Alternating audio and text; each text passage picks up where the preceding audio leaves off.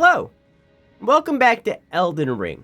I could sit here and give you a 20-minute recap about everything happening in this game, but I don't even know if I'm going to upload this VOD because I don't know if I'm going to beat that boss down there. So instead, I'm just going to tell you, I'm fighting Malenia. She is one of the final children birthed by Marika, the queen of the lands between. She was born under Marika and Radagon, her second husband, Marika's second husband, who is actually the same person. Marika and Radagon are the same person. But somehow they managed to have a child, two children, in fact, Malenia here and her twin brother, Mikola, both of which represent different moments in time, or rather, moments in life, where Malenia represents death and decay, and Mikola represents growth and birth. So yeah, anyways, we can dive into it again later and dive deeper when I finish the boss. But for now, that's all we're gonna do. That's all we're gonna do for now. For now.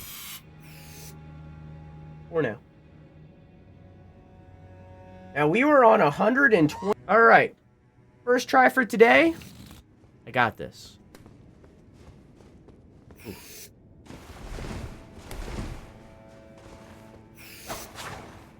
Okay.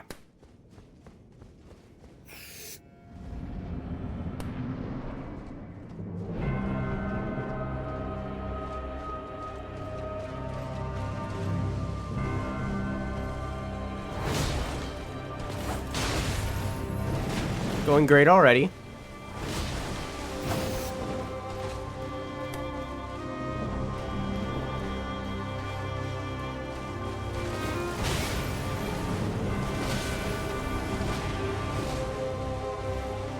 It's going great.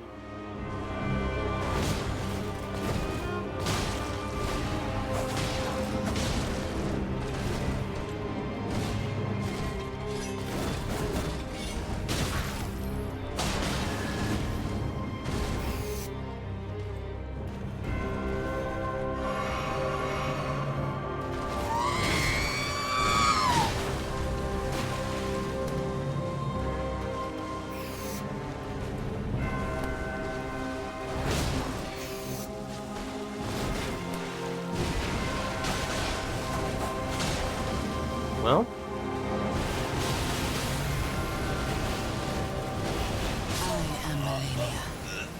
all right. Now let's do it again. You can do that.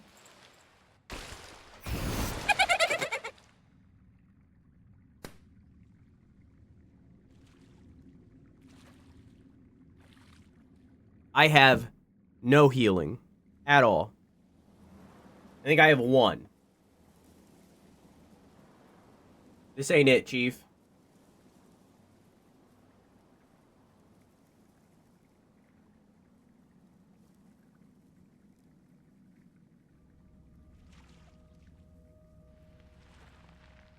Wait. They don't love you like I love you. Uh-huh, uh-huh, uh-huh, uh-huh.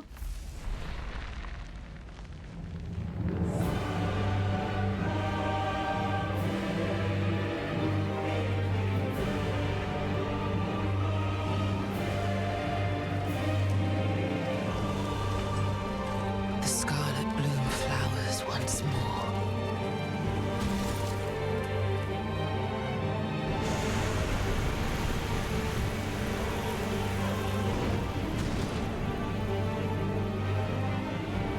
You will witness true horror.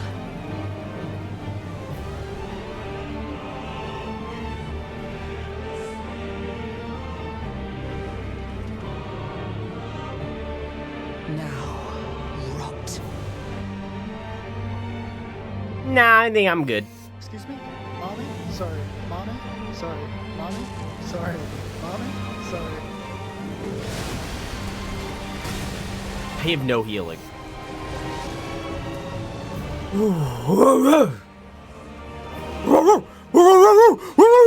Woo! Stop it.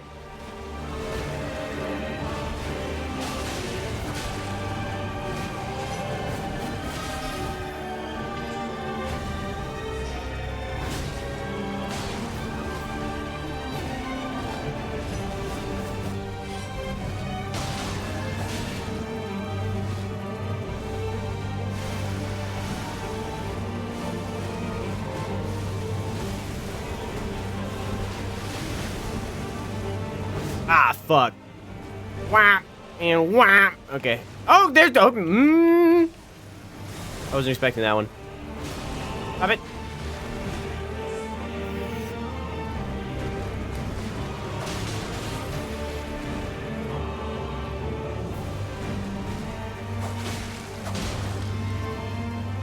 I'm dead. I'm telling you, if I can get through the first phase with some healing, I fucking got it. I can't see crowd control. I've disabled it because this fight is taken. I can enable it. I could probably enable it and still. I'll enable it. I got this.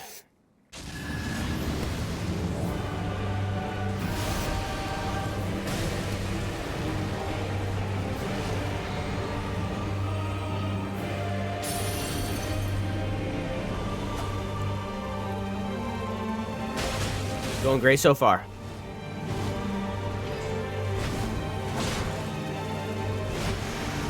Going great so far.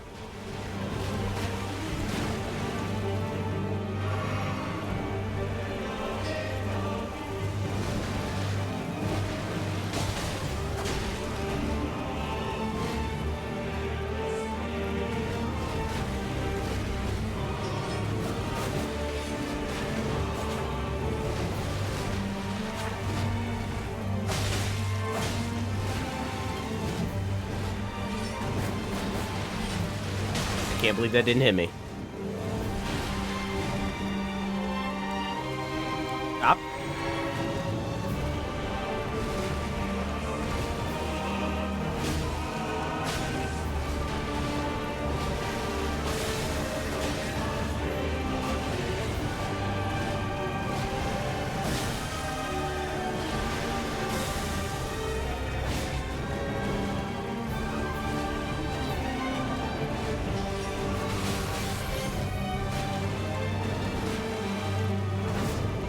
Fuck!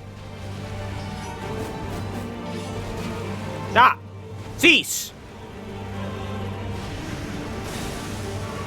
Okay.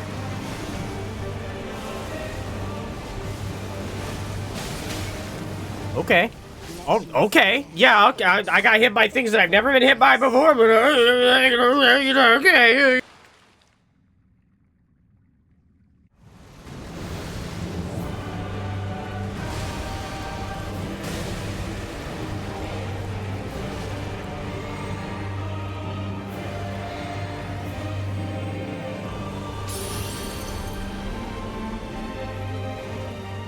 Okay.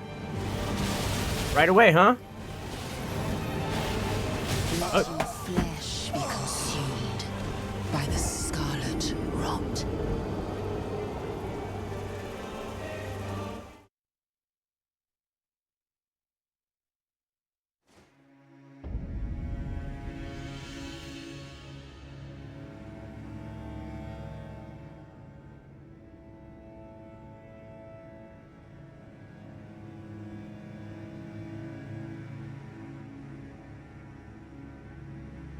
So something I learned while I was making, or while I am making my current YouTube video. Hang on, let me. Something I learned while making my most recent YouTube video that I'm working on right now is something called a finite state machine. Basically, what that is in just about every video game nowadays. Back in like for some like retro games that are being released, this is different. And back during like the NES, SNES, and N64 era, and in turn PS1 as well, kind of that zone, it started to die off. There were like other variants of this where there was more randomization or set patterns in those games. But nowadays, in 99% of all video games that are released, there is something called a... Hang on. There's something called a finite state machine. right? We're just going to write state machine in here. So basically what this means is, think about it in the context that you kind of already know it, where there is, you know, like T-poses? Think of this as the T-pose, right? So this box is the T-pose. It's the default state for the creature, right? And the way that a finite state machine works is basically it does an action and it loops back into the state machine. It does an action, it loops back into the state machine. It keeps going back into its default state. So some games only have like 2 of these, right? It can alternate between these 2 states, right? It is either like an example that I use in the YouTube video is the Mantis Lords, right? The default state is the Mantis Lords don't exist, right? It has a horizontal attack, right? So we're gonna write H here. We'll write X. That makes more sense. X. It has a vertical attack where it lunges down. We will call that Y. And for the Mantis Lords in particular, they have a third mic key mouse.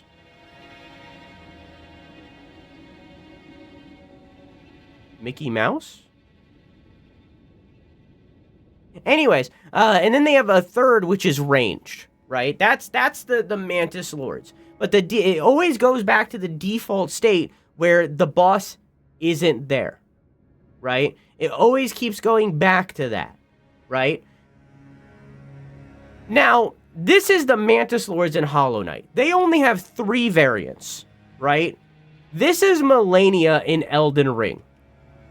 She has so many that it probably looks more like this, where there's 5 million loops on this finite state machine, where this is her default state, right? She keeps going back to this, right? Right? But she has so many of these loops, and one of these 5 million loops that is Melania, right? One of these is the, I think it's called the Waterfowl Dance, so we'll write WF. Right? It's the Waterfowl Dance, right? Only one of these is that attack. And she just did that as her first attack. That means during that phase, when I entered phase 2, where she was reset into phase 2, right? She had to ignore every single one of her other options in that moment to choose the Waterfowl Dance, the hardest attack to avoid, and if it hits you with all of them, you immediately die. She had to ignore all the rest of them to choose that move in particular. In that moment. The amount, and tackling in the range that I was with her, right? If we add that in, of like, of this is Melania, right? This is, we'll do like a dot, right? That's Melania, right? Right? And then this is the arena, and I could have been anywhere inside of the arena at that moment. The amount of unluck that I just had there. To not only be right there, right next to her while she was doing the dance. To not only be right there, but to also have the random draw of the one single attack that can one-shot me. It's not really a one-shot, it's multiple attacks, but the idea. The amount of unluck that I just had in that moment is actually insane. In the one single time that I've reached that phase today, where I would have been able to do that second phase. I'm bad at the game and need to justify my badness? No! I should be able to dodge this. I 100% agree, Raw. I should be able to dodge it. After fighting this boss for 800 attempts almost. For nearly 800 attempts total between 2 playthroughs, I should be able to dodge that attack. That is the skill issue. The skill issue is that I can't dodge this attack. The unluck of that attack being chosen out of the limitless options that she had, that is the unluck part of it. No, I didn't beat it. No, I did not.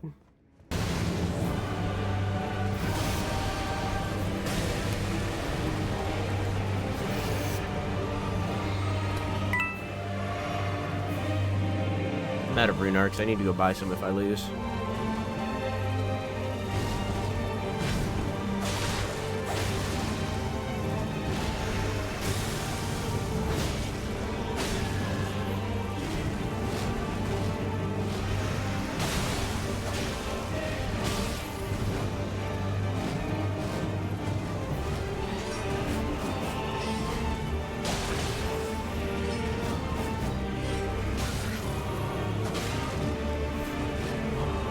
Wolf.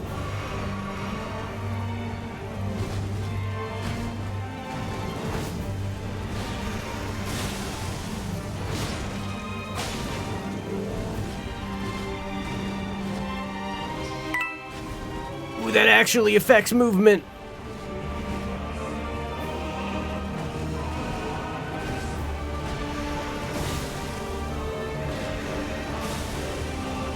It's going to make me lose the fight. Because I can't maneuver.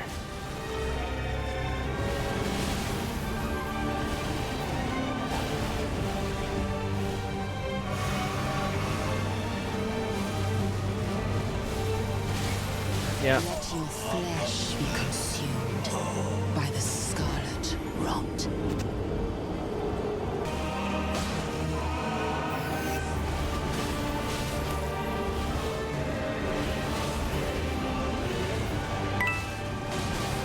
Ooh, that fucked me up.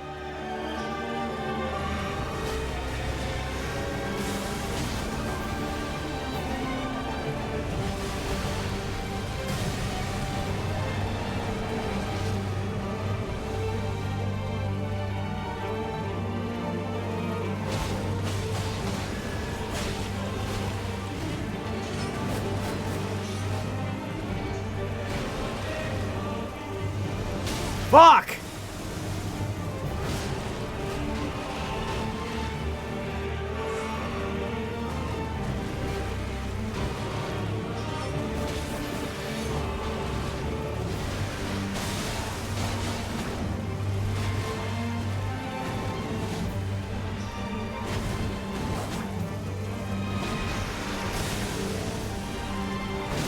Man.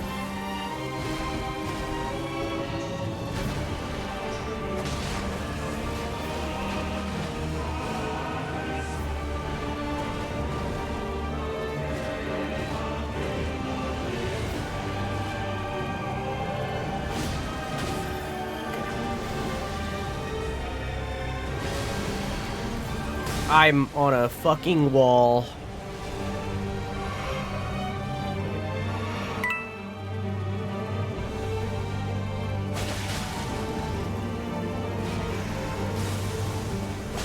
I honestly didn't know what was happening there.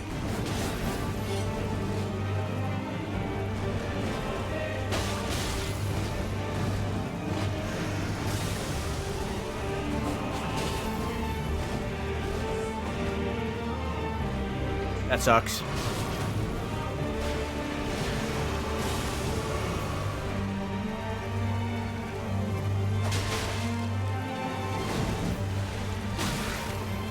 So close and yet so far away. Flesh be consumed by the scarlet rot. This is a good run. See if it continues to be.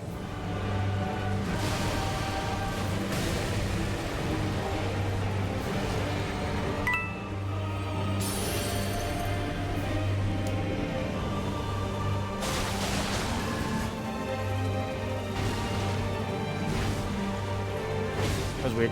Oh.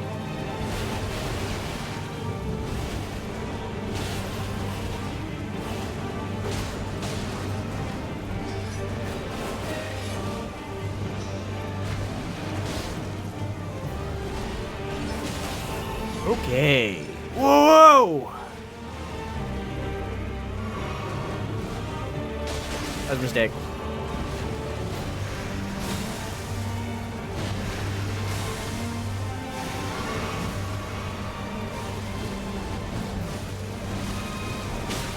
I always get hit by one of those at least.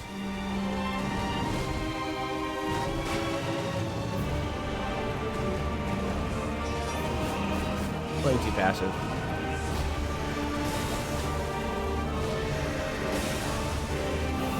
Oh, okay.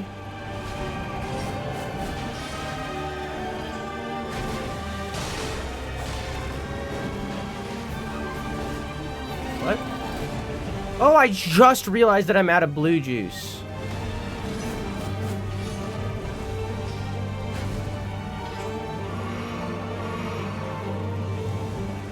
Okay, now I'm not. Well.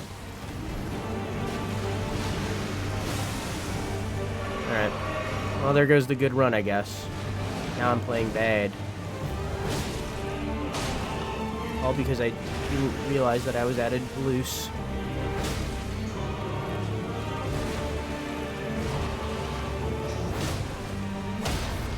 Oh my god. I don't know if I've staggered her in this round until now.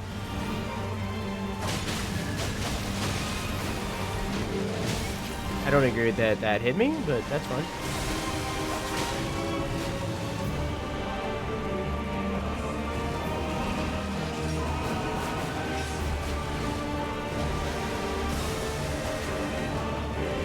I don't agree that that didn't hit her.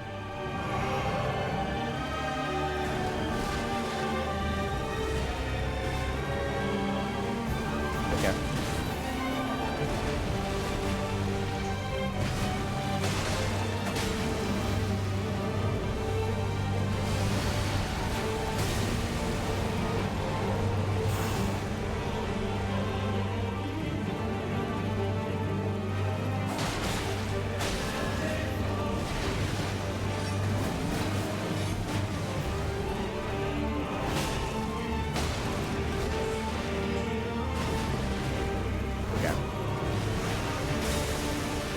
Keep forgetting she does that, and I fuck it up every time.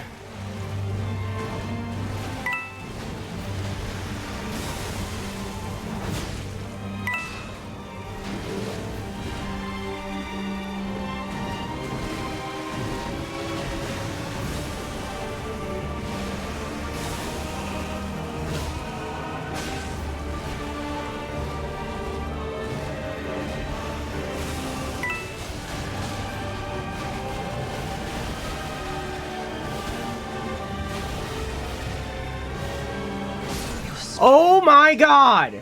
Extraordinary. Ah! Of a true lord.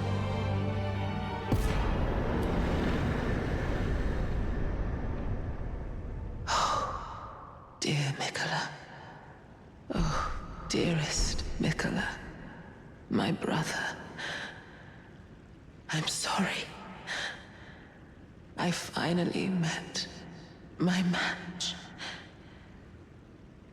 What I like about this victory isn't the fact that it was a victory, it's that I know that that speed at the end didn't help.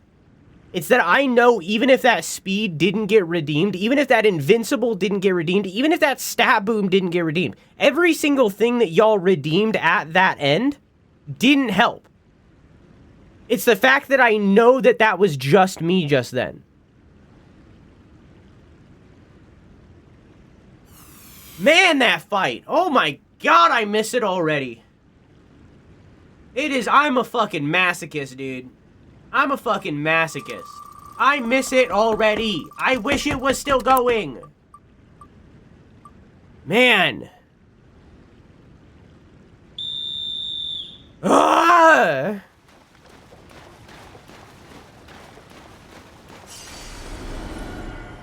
Okay. Hang on, let me go sit down.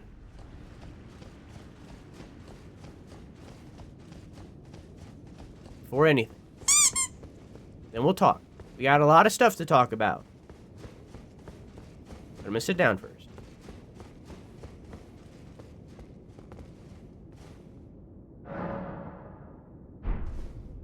Am I max level right now? Am I the level that I need to be? No, one more.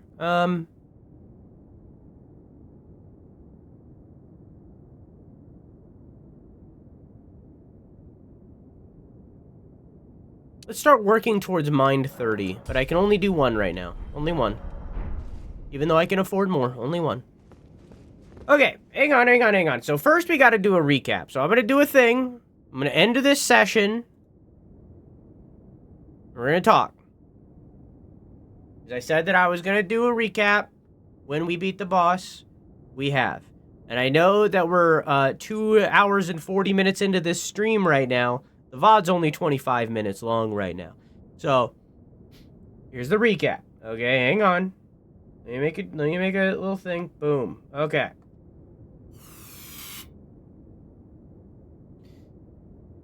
So far in Elden Ring. Elden Ring is a story about trees. I promise this isn't going to be 2 hours long. Elden Ring is a story about trees. Now, in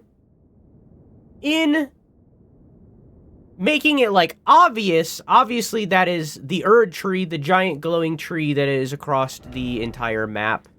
Obviously that is what I'm saying.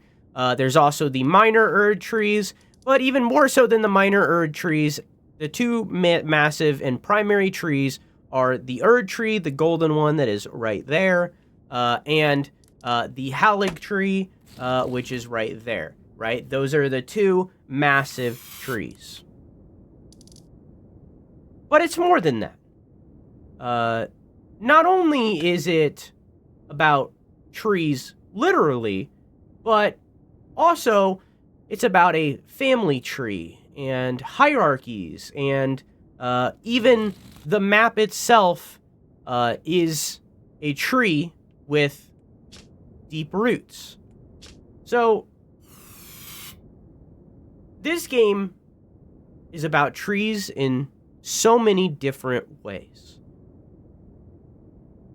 But when you boil it all down, when you really get to not necessarily the point of Elden Ring, but the location of the point, it is about a single family and the characters within that family and the effects that they have on the world.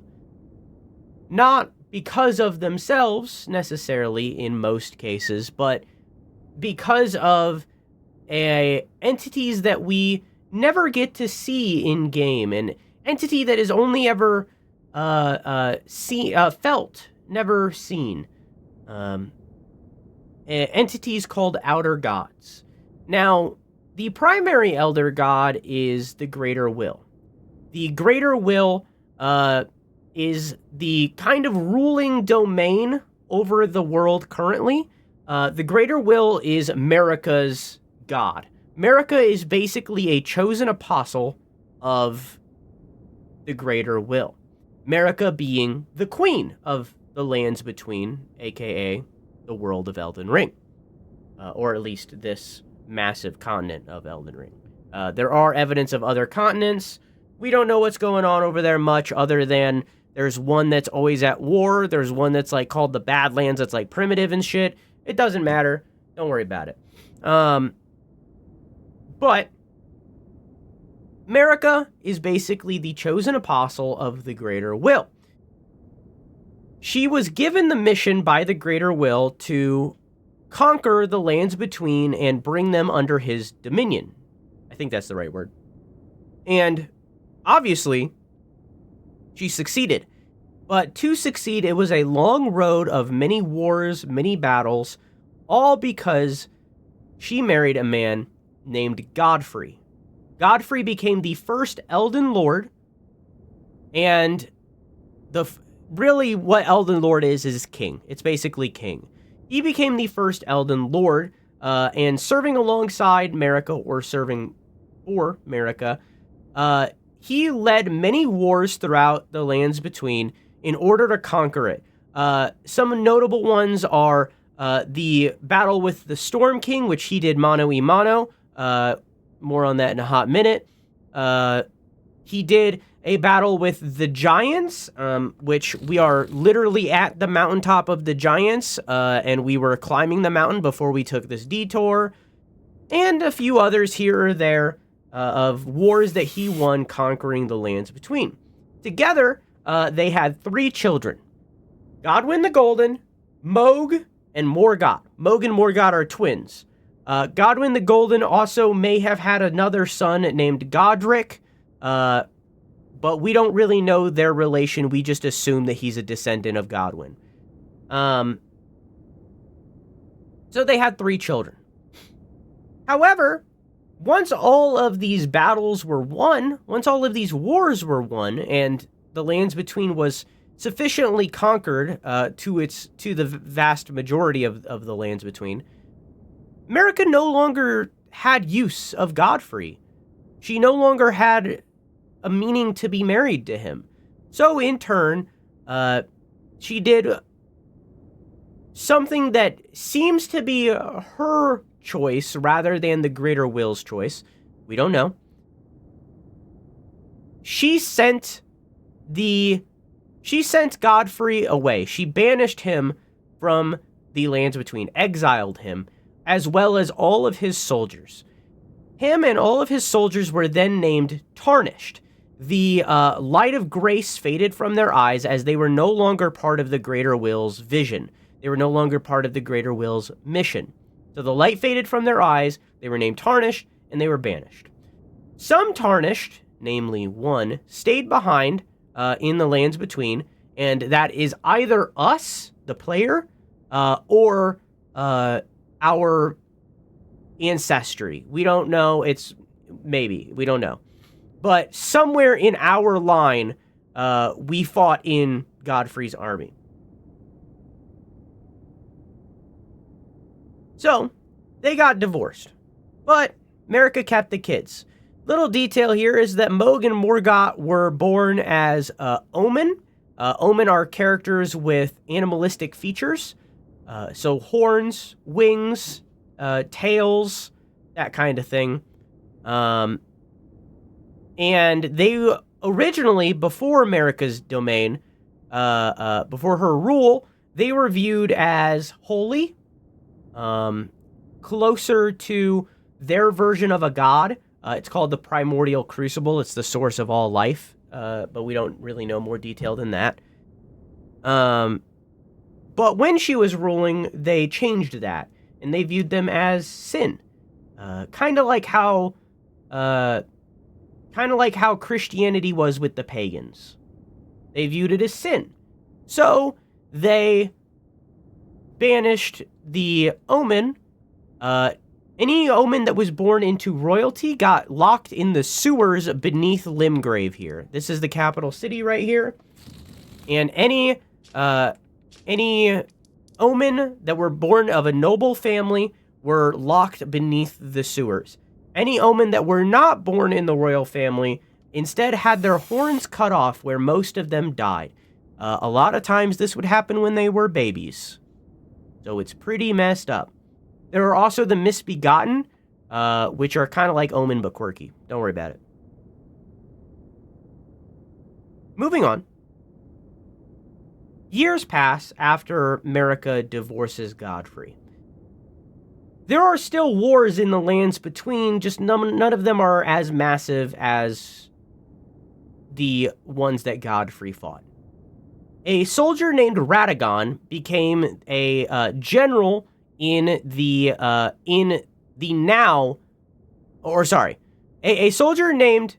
general named Radagon fought for the Order against the mages of Raya Lucaria, or more like the Carrion royal family.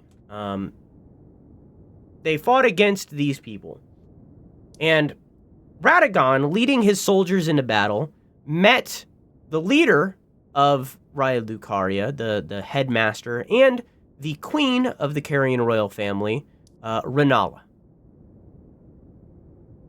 But instead of defeating each other, instead of one of them killing each other, they fell in love.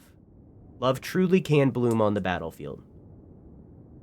Together, they had 3 children: Ricard, Ronnie, and Radon. Rennala is a thing called an astrologer. She is someone who studies the stars.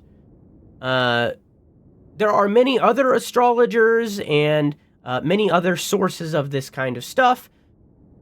But regardless, astrologers have access to magic by studying a thing called the primeval current. The primeval current is basically the movement of the stars. I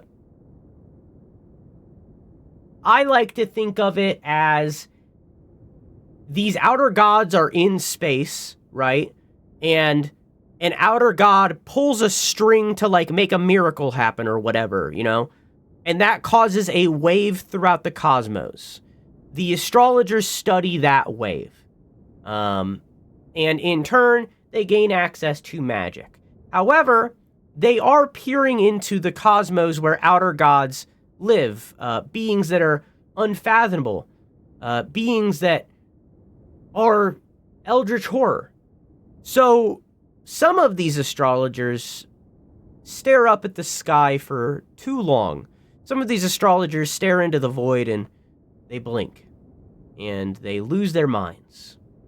Renala, on the other hand, did not stare at the primeval current, did not study the stars, but rather studied the full moon. So she gained a different kind of spellcasting, one that she later passed down to her daughter, Ranni, where Ranni uses spellcasting for the dark moon. Because there are 2 moons in Elden Ring. They got married. They had 3 kids. These 3 kids are incredibly notable, but we are going to table it. But in the meantime, Ricard, we'll talk about what they're doing right now. Ricard is a thing called I think it's called a Magister? Or maybe Magister? I can't remember. Basically, he is the chief of police for Limgrave and Liurnia. And that kind of thing for Leyndell. He's basically the chief of police. He handles all of the secrets that people are keeping. He handles all the sinners, and he learns their sins, tortures them, learns their secrets, that kind of thing.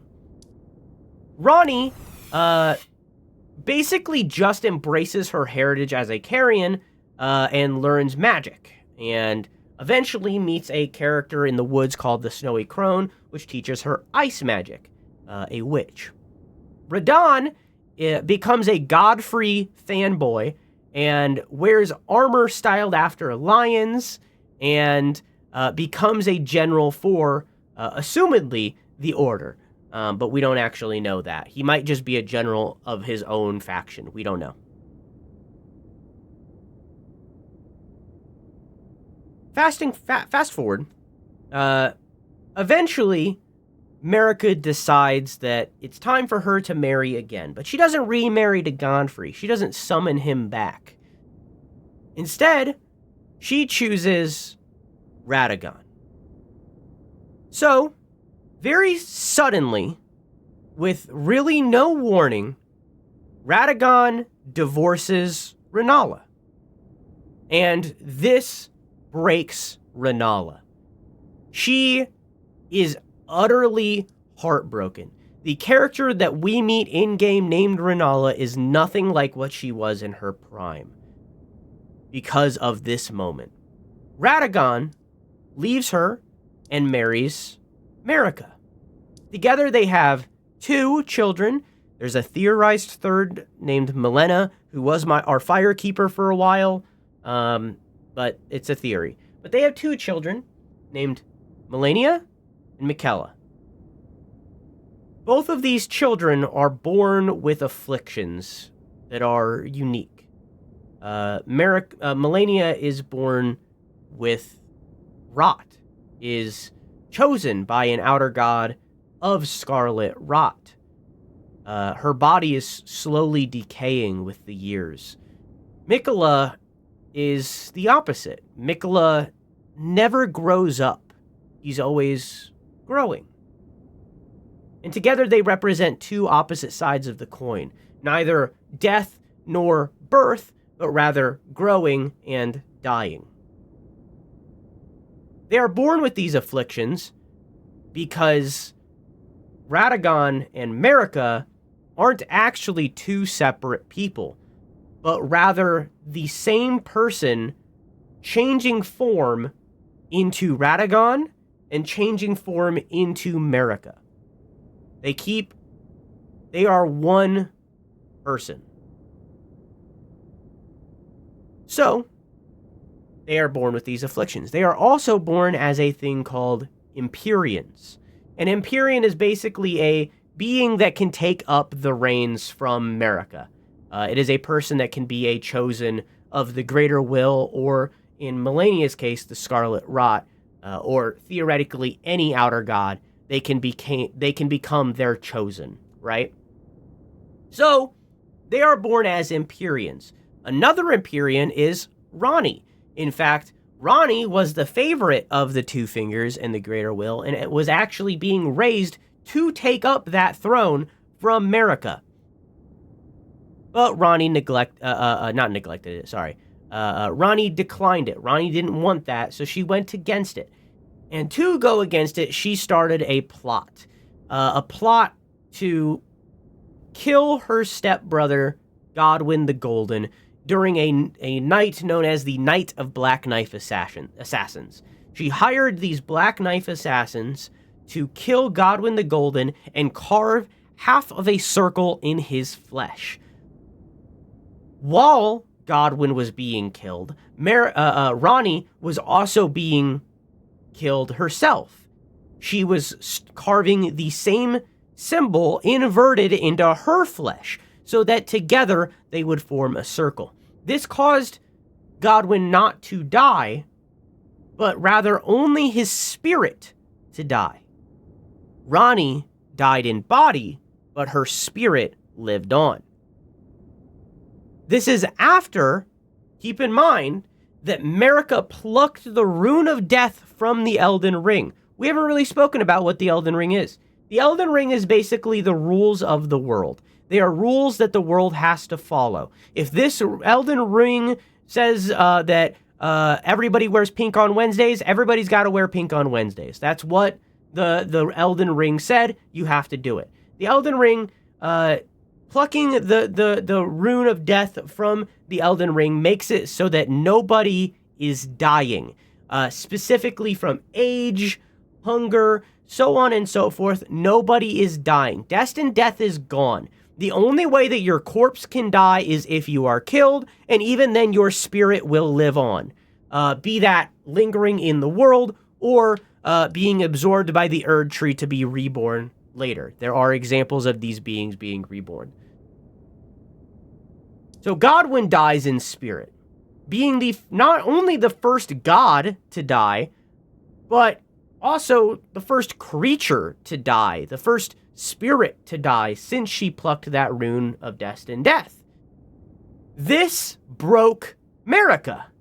Marika was shattered by this moment, and in turn, she made a drastic decision to shatter the Elden Ring, to go against the Greater Will and spread the Elden Ring throughout the lands, specifically giving the massive rings of the Elden Ring to her children to uphold.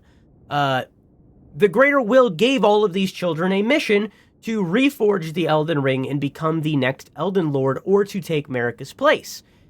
They all failed to do so. Some attempted. They failed. They all failed to defeat each other. So they went off into their separate zones to live amongst themselves. Radagon also attempted to repair the Elden Ring, but also failed. That is when an interesting thing happens in this story that we have a massive hole of knowledge with, but is an incredibly notable thing. Marika, when she divorced Godfrey, basically told him something along the lines of, when you are needed, you will be summoned to return. Kind of implying that she knew that this was going to happen in some way. There is evidence of people, of prophets, seeing the Erd tree burning in their dreams. This is viewed as sinful, and they are banished into the volcano, where Ricard then burns them and kills them and tortures them. So, Godfrey and his tarnished soldiers are summoned back to the lands between. This includes the player character, us. We are given the mission to forge the Elden Ring to defeat these demigod children and reforge it and become the Elden Lord. That has been our mission this whole time. We've met Ranni. Didn't kill her. She's still around. In fact, we married her. We met Godric, who is once again a descendant of Godwyn. We killed him, took Godwyn's Elden Ring that Godric inherited, we killed Radahn, who was infected by scarlet rot after him and Malenia fought, and was gigantic, and yet still riding his tiny horse, Leonard. He was holding the stars in place. We defeated her, and the stars were allowed to move once again, which collapsed a comet onto the world. We defeated Ricard, who fed himself to the great serpent that he was feeding all of these sinners to, in turn becoming part of the serpent itself.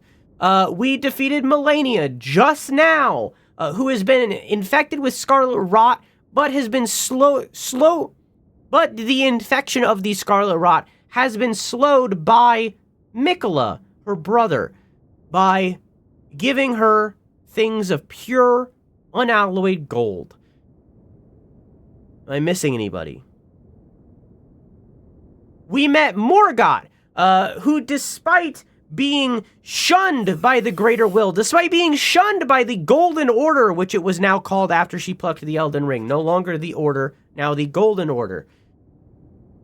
Despite being shunned by them, he came out of the sewers, defended the throne from Radahn, and took it for himself, and has been secretly leading the capital of Leyndell in the Golden Order in Marika's absence, gaining his right to be a demigod, gaining his right to be in the Greater Will's vision. We've defeated all of these step demigod children, except for Mohg and Miquella, and obviously Godwyn. He was dead before we got there. In an effort to reforge this Elden Ring. Now, we have defeated Malenia. Malenia was the chosen of the Scarlet Rot god. More like goddess. It is gendered for the Scarlet Rot, for the Rot goddess. We have defeated Malenia. Now, that means a couple things. The Rot God has been sealed before, and Malenia is clearly an aspect of this god, with the wings that flourished at the end of that fight. We know that there is an item in the game, this one right here, called the Scorpion Stinger. This is a relic of the Sealed Outer God. We know that the Sealed Outer God that was the Rot Goddess had a scorpion tail. We just witnessed Malenia with those butterfly wings. So theoretically, that wasn't Malenia's final form. She actually has another form after that where she would both have a scorpion tail and the wings that we never get to see. More on Malenia. We are moving on. There's also way more story that there's stuff about dragons. There's more about the giants. There's so much more that we didn't talk about. We will talk about it when it's relevant. But I think a good 20, 30 minutes of recap is good enough. For now. Let's move on, folks. So when we defeated Malenia, she leaves behind this giant scarlet blossom in the same way that she did in, or in a form that she did in Caelid. Need more lore? Oh, I got more for you. It's just not part of the recap. Theoretically, she could be inside there. I mean, obviously we can't see her, but she could be. But that's her corpse. And earlier, a long time ago, let's read these first, actually. Remembrance of Melania, goddess of rot, own into the Erd Tree. Notice that she's now being called the goddess of rot. Miquella and Melania are both children of a single god. As such, they are both Empyreans, but suffered afflictions from birth. One was cursed with eternal childhood, and the other harbored rot within. We need to charge this up. Charge up our J.O. crystal. We have more to read there, but I'm going to continue what I was saying before because we're here. A long time ago, we met a character named Millicent. Millicent was, in a way, a child of Melania. When she blossomed into the Scarlet Rot in Caelid, when her and Radahn fought, a giant tree formed, and out of blossoms, the 7 children were born. I think it's 7. I could be wrong on the number. One of them was a child named Millicent. She didn't know if she was a child of Melania or if she was an offshoot, but regardless, from her, we gained an item called the Unalloyed Gold Needle. An intricate needle of unalloyed gold. Removed by Millicent from her flesh. Bears no trace of befouled blood, but is faintly moist with dew. There is something I must return to Melania. The dignity, the sense of self, that allows her to resist the call of the Scarlet Rot. We're at her flower. So in turn... Never mind. What? Why can't I? This is weird. This is a weird thing. Uh-oh. Uh-oh. Bug! Why can't I? Why can't I open the menu for every single other one, but not this one?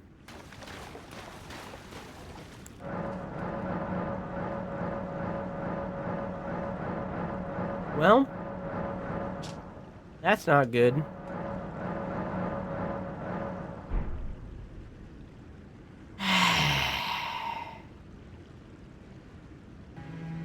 Okay, it's broken via crowd control. I'll have to talk to them to see if I can get that fixed. But I will still read you what it says. So just pretend that we have it. So when we have this unalloyed gold needle and we return it to this Ionia, it's supposed to transform into an item called Miquella's Needle. And it says, one of the unalloyed gold needles that Miquella crafted to ward away the meddling gods. Capable of subduing the flame of frenzy, which is what we have, if inherited. Allowing one to cheat fate and avoid becoming a lord of frenzied flame, which is one of the endings. However, the needle is as of yet unfinished, and can only be used in the heart of the storm beyond time, said to be found in Farum Azula, which is an area that we have not heard about until now. Not that big of a deal that we can't use it, just disappointing. Let's go to the round table. I'm gonna have to get that fixed before we jump into the DLC, though. If it can be.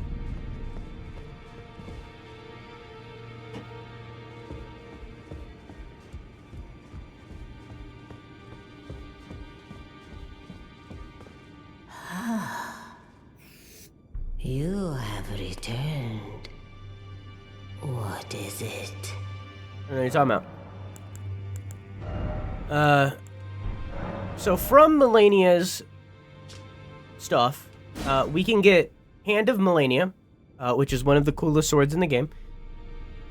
Blade built into Melania's prosthetic arm. Through consecration, it is resistant to rot. 30 minutes, almost on the dot. All that second part wasn't part of the recap, but sure, whatever. Melania's war prosthesis symbolized her victory. Some claim to have seen her wings when the weapon was raised aloft. Wings of fierce determination that have never known defeat. Waterfowl Dance. Perform a series of one-footed leaps in the manner of a waterfall to unleash a swift yet graceful slashing combo. Repeated inputs allow for up to 2 follow-up attacks. We unfortunately can't use it, not because of the dex requirement, I can always just respec, but because it does bleed. Each time the scarlet flower blooms, Melania's rot advances. It has bloomed twice already. With the third bloom, she will become a true goddess, in turn partially confirming the scorpion tail theory. You can also get her armor. Winged helm made of unalloyed gold. Melania awaited Mikola at the foot of the husk. My brother will keep his promise. He possesses the wisdom, the allure of a god. He is the most fearsome Empyrean of all. Same thing. Same thing.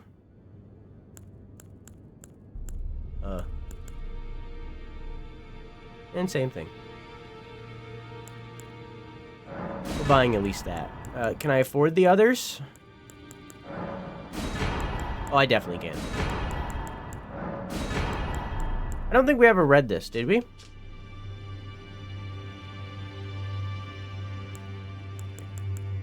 Loretta, once a royal Carian knight, went on a journey in search of haven for Albinorix, determined that the Halig Tree was their best chance at eventual salvation.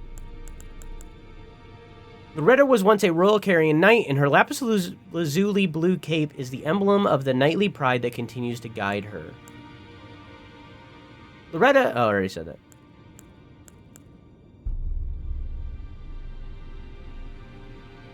I don't know what you're asking me, Assassin. Now.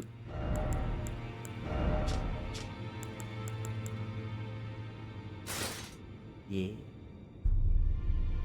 Yeah. I like that this has individual toes. And then there's her other one. There it is. That's what it looks like. I like the big one though. It matches my pumpkin head. And then we got that one. You can see my golden eyes through it. Because again, we have been touched by the three fingers. We've been grasped. So we're burning. We have golden eyes.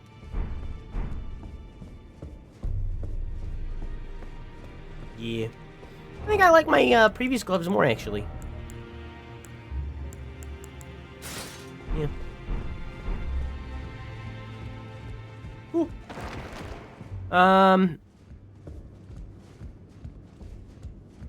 Okay. Now that we've done that, let's see if Ofnir has anything to say.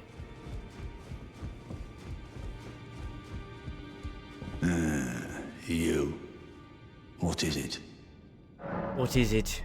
About the Halig Tree roots. So, the Halig Tree. Now but a husk.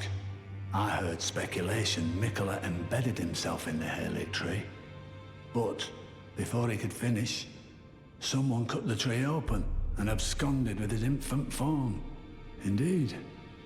It seems those words held weight. How vexing that the All-Knowing didn't have the full story. Perhaps the Queen's sorrow was justified. Ah, my apologies.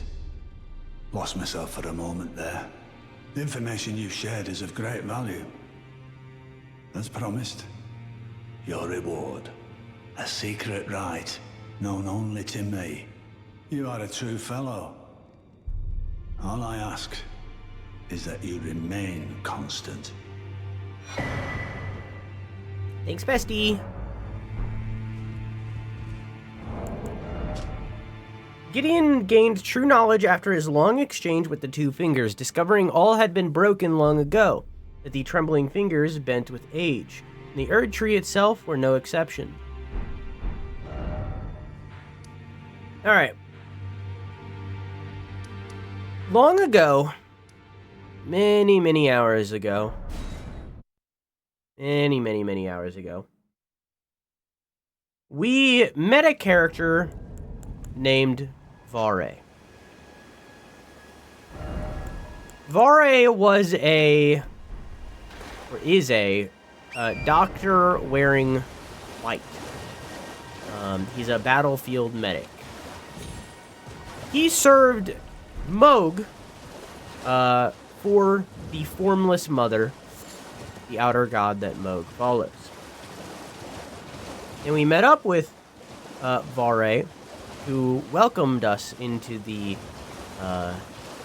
covenant of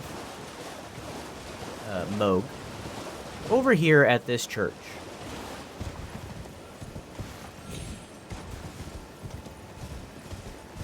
And when we completed his little quest line, he gave us an item that we have not used, which is, I thought it was in key items. Is it not? Is it in tools?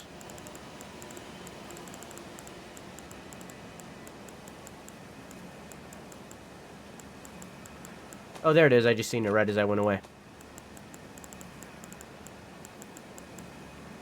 The Pure Blood's Medal. It says, audience with Moog will be granted. One day. We can use it. Go to the audience grounds.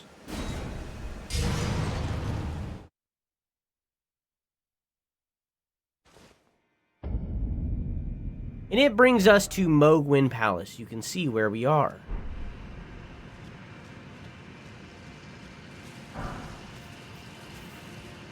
Now we could head up there.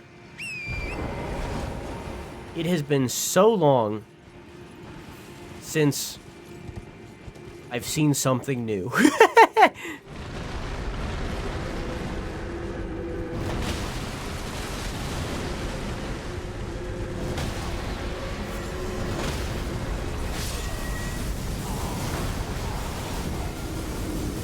Well, geesh. You can see here, this is another one of those Albinorics that we've seen. It's the Albinorics Mark II, with the dumpy heads.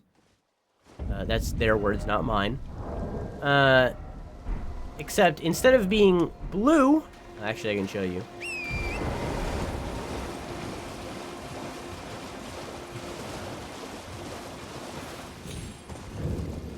They're more like silver. Silver might be the better word. Instead of being silver, like these Mark II Albinorics, right here, they are red.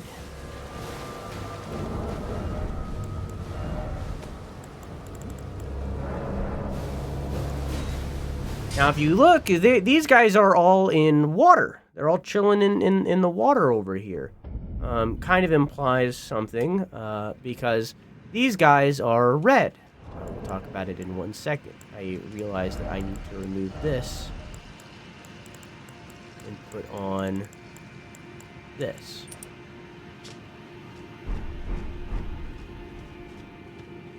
These guys, these red Albinorics, aren't in a blue lake, but rather are chilling under here, underneath the world, where there's a whole bunch of water that's red. So it seems like the water affects these Albinorics, changing their skin pigment depending on the color of the water.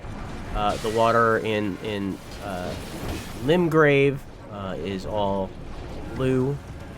The water here is all red, so it changes their skin tone. If you look closely, you can also see they have little horns sticking out of the top of their head. Well, that guy did a whole thing.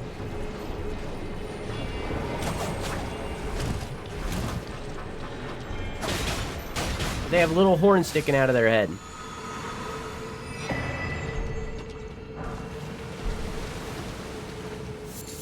Hey guys. And I'm not fighting them because I'm lazy. And I can't even level up anymore, so I'm just moving on.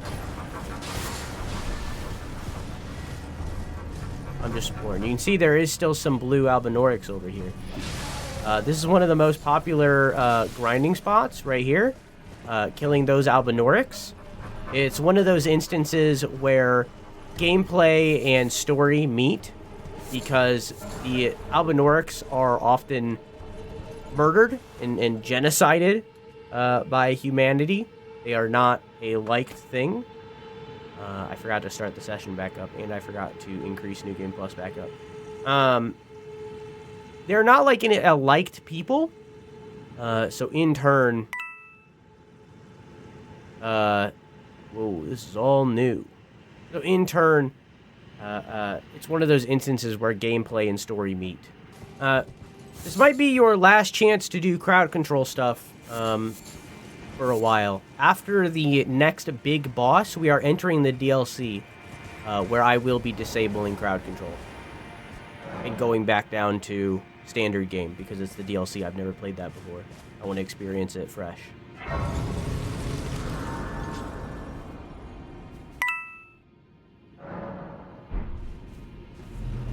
Why? You hurt Torrent! Ah, one last chance to see Torrent's butthole. I get it.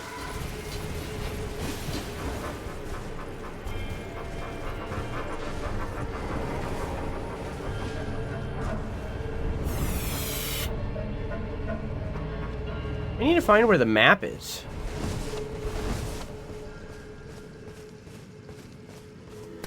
This place is a little bit like a maze.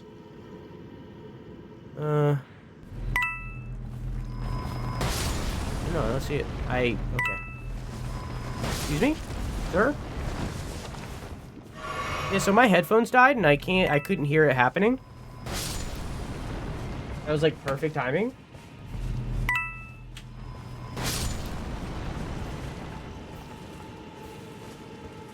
Ball pit. Don't piss in it. This is one of the 3 locations where you can see birds like that, except instead of being a normal bird like this that we've seen many times before, this one is infected with these blood pustules.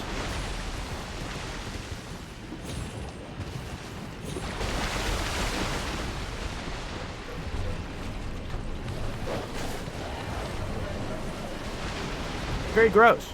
Oh. Am I being invaded?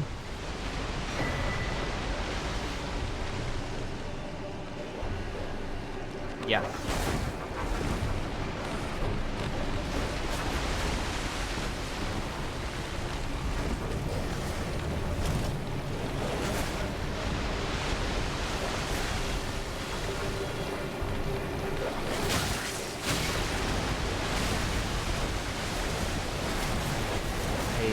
Have to do this while being chased by these dogs.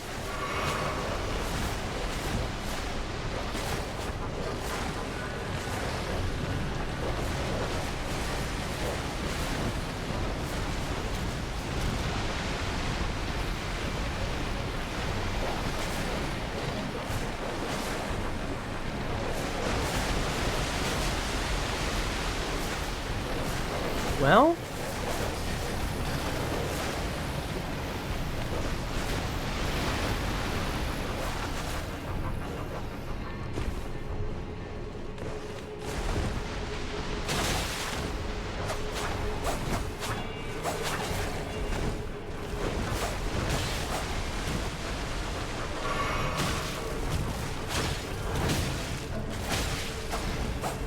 one dog left. Come on, man. Leave me alone. Leave me alone. Thank you. So this guy's wearing the same outfit as Vare, but I don't know. I don't think it's Vare. Oh, I died. He's wearing the same outfit, so he's part of the same gang. That's how it works. If you and a coworker show up in the same shirt, you're both in a gang together. True.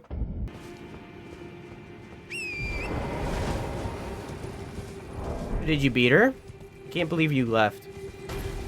Left me all alone.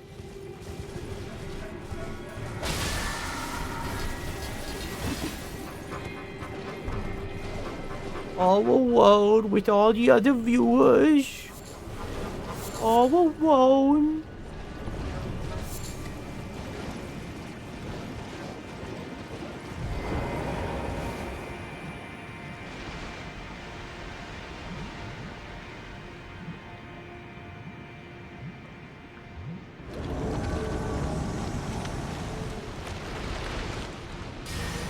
Amen.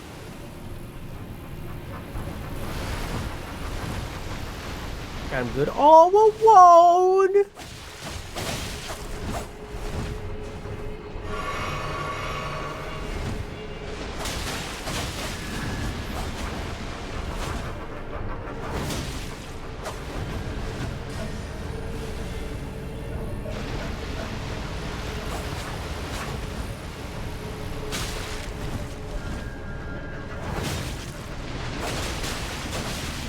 Jesus Christ.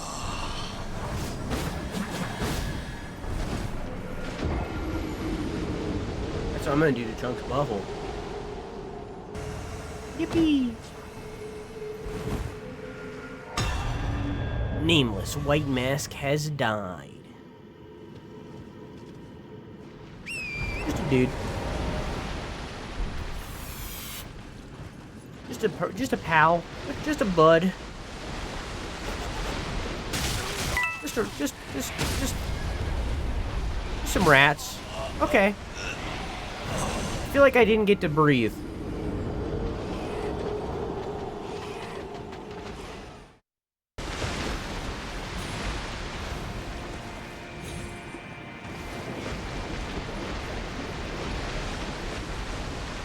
White log.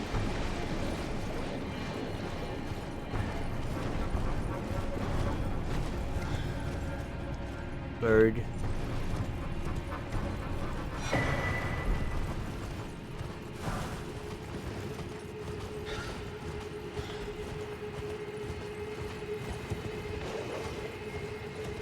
Yoink.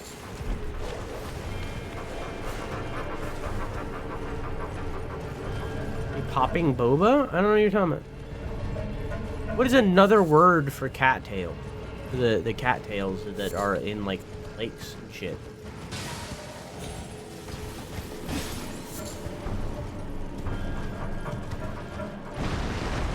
I don't know.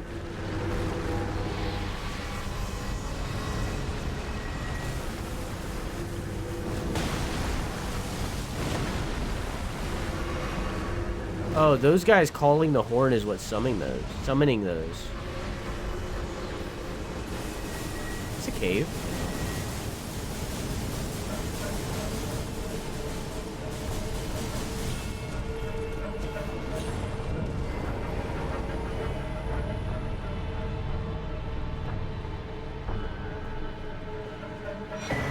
Oh my god, I was looking for a map that whole time. Now the game won't let me open it.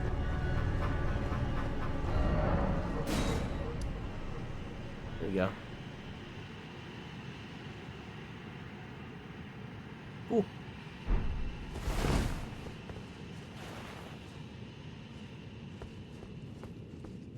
Can't come Bungie. I made streamers say come. Oh. Oh.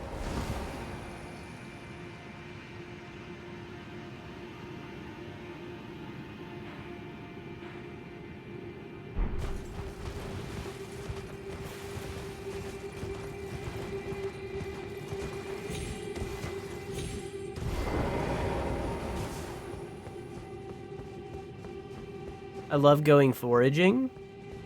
True Stardew player.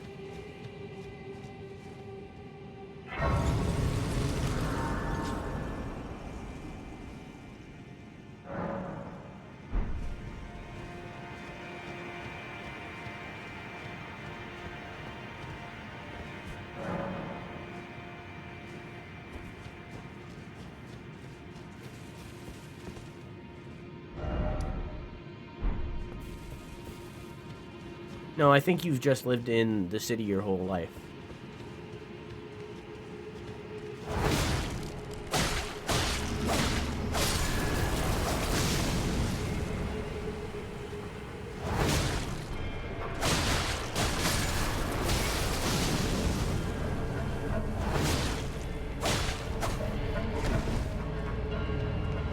It's a corn dog?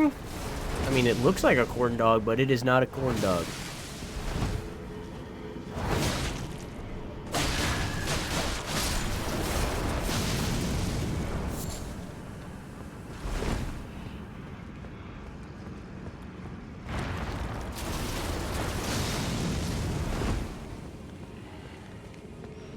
You bite into that thing and it goes... So good. Excuse me, pardon me, just passing through. Human rune. Excuse me. Pardon me.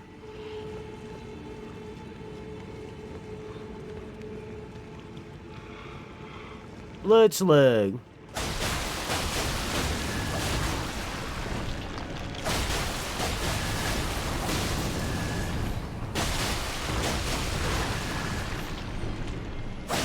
Big ol' blood slug.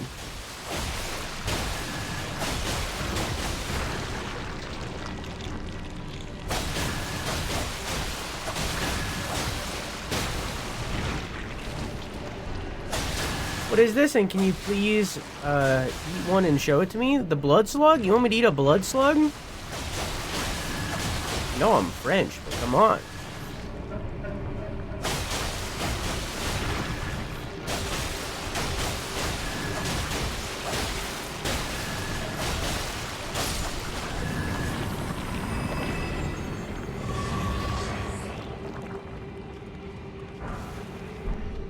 No, a cattail. Oh. Same thing. You can see all these dudes praying? They're going, oh, praise the Lord, praise.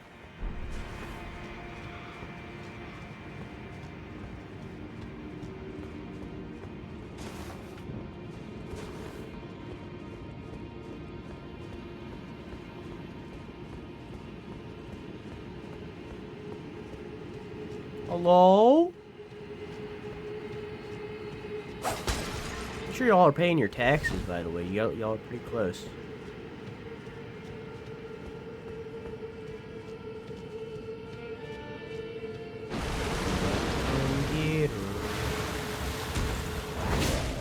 This guy right here is meant to be like a recruiter for the Mogwin dynasty for all of this stuff that we're in.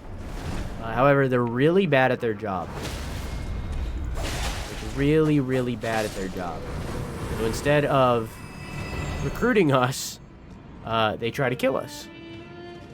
Oh, dear. Yeah, I'm terribly sorry.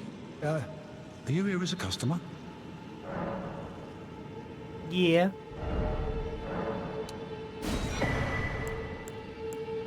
Yeah.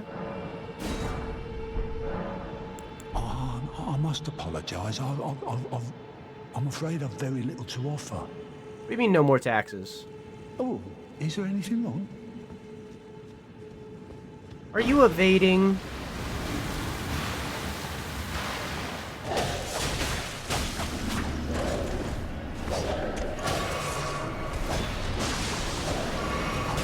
Oh my gosh. Jeez, bro. Homie.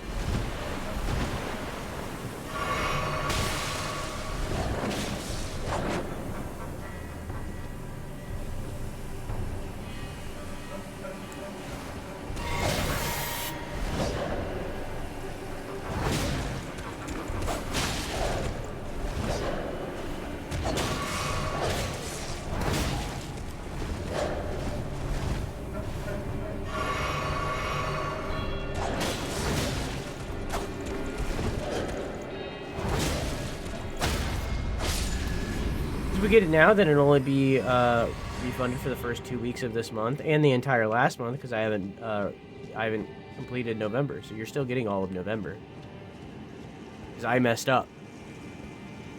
And then I said Merry Christmas.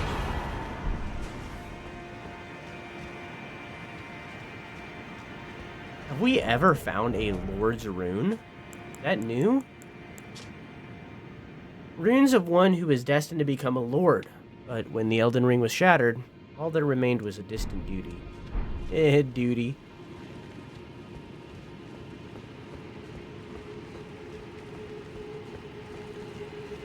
Excuse me. Thank you. Wasn't here for that? Well, now you know.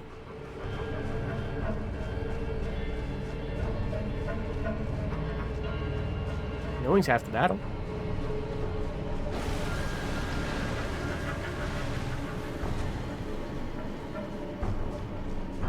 I forgot how big this area was.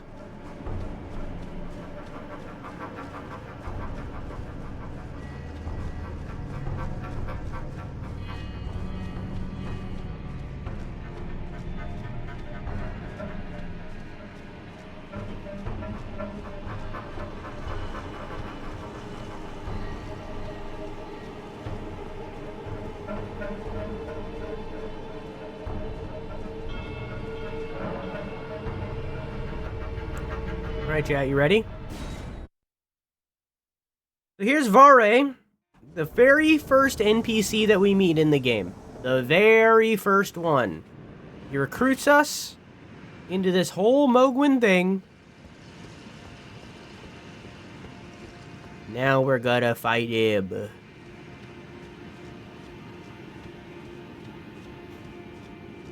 Somewhere.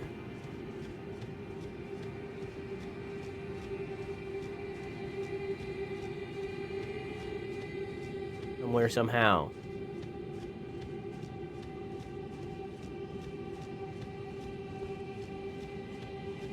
Oh, there you are. You seek violence, heedless of my warning, though you have been raised to a knight of the dynasty. I am pained to the very depths of my being. I'll ensure you regret this, my lambkin. I was letting him finish. Oh, not the miserable death. Lambkin.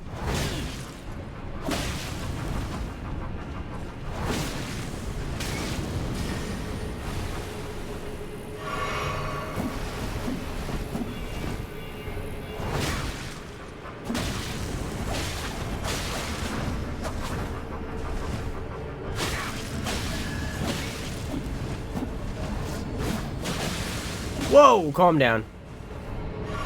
Hey, we did that at the same time. Look at us. Aww.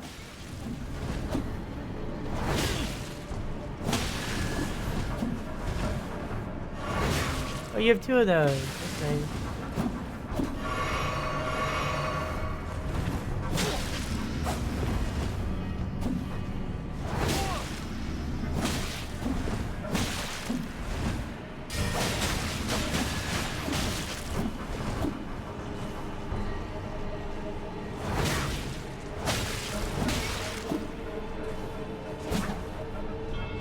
No more. Must I be disgraced by his lowborn? We gain a rune arc and a remedy. I think we can get his outfit somewhere or something. Yeah, there it is.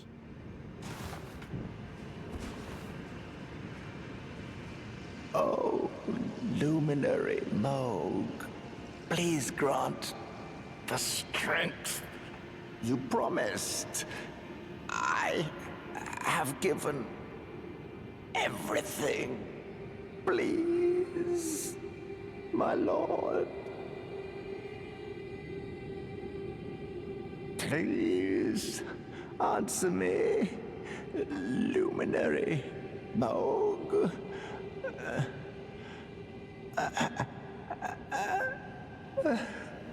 Bless the Mogwin dynasty with love. He just came and said that.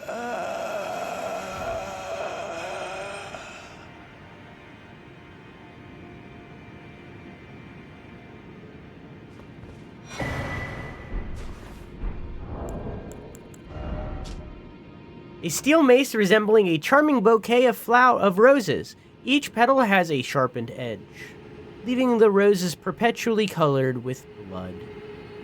This weapon reflects White Mask Vare's manner of speech rather well, enticing in its splendor, but full of deadly consequence. Blood tax. Blood oath skill granted by the Lord of Blood. Twist to build power, and then unleash a flurry of thrusts that rob the target of both their blood and their HP.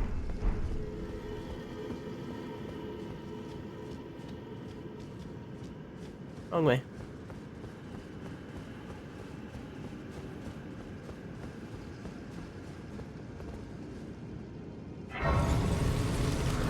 Yeah, he has a silly voice. If I remember correctly, a lot of people were like weirdly attracted to him off launch. I don't know why.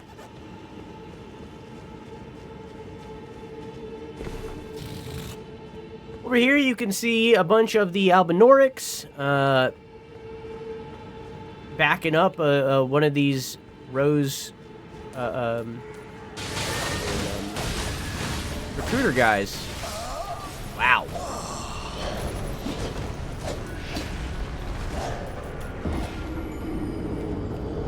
Notice how even though the pigment of their skin is red, they still bleed silver. Not really much there. Just of note, that even though they aren't silver, like all of their above ground species, I guess, they are still bleed silver.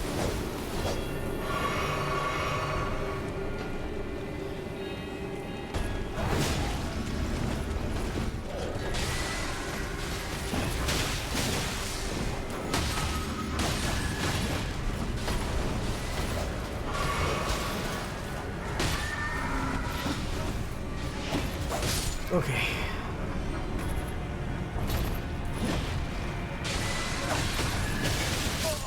Man.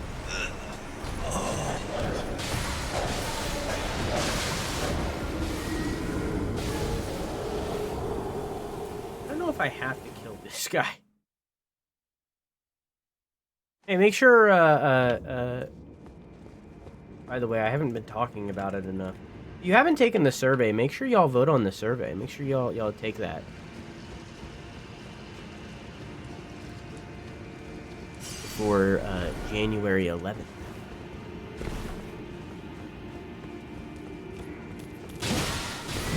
Hardest boss since Millennia. Mm-hmm.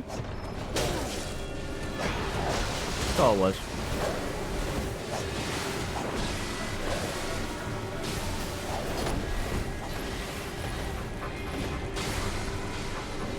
Bye.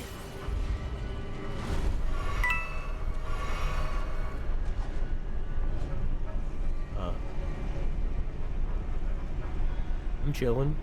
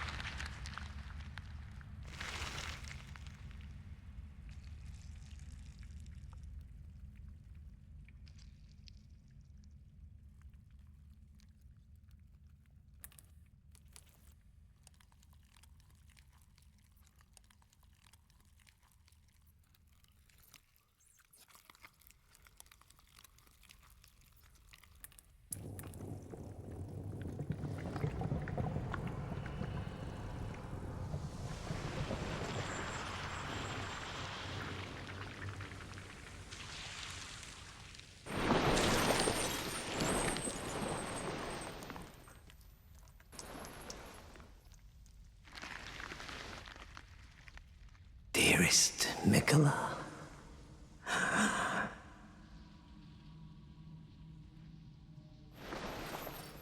You must abide alone a while.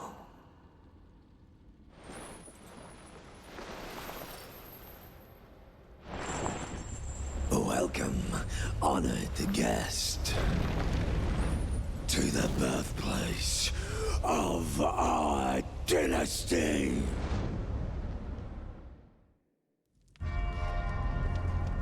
Party time.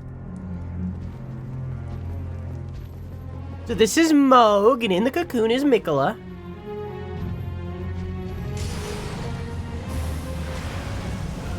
We've actually fought Moog before, kind of. We fought him down in the sewers underneath Limgrave, Lanedell, long ago. Whoop! But it wasn't actually him. But rather, an illusion of him. But regardless, it does share his moveset.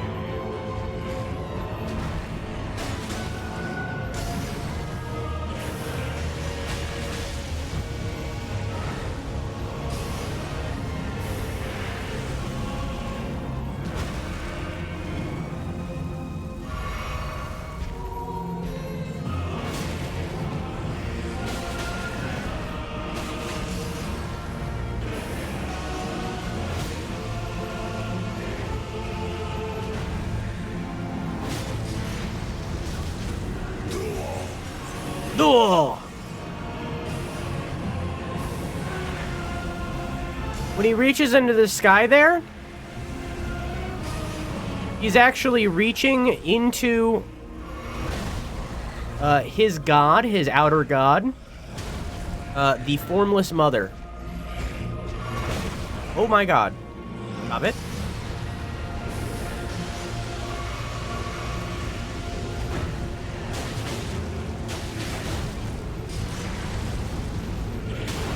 She is one of the few outer gods that is gendered. Yeah, I would have been amazed if I beat that first try. He is one of the few, she is one of the few, I want to go to the Grace, gendered outer gods, but obviously we don't really know much about her other than that, and on top of that,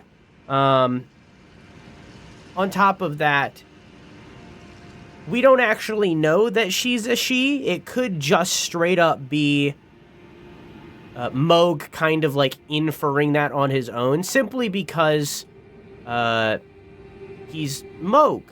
He has a mother who abandoned him and locked him in the sewer. So clearly he's looking to fill that hole. So maybe he's looking to fill that hole with this outer god that presented herself to him. He is also voice acted by a pretty well-known actor, especially recently in the last few years. In fact, the same year that this game came out,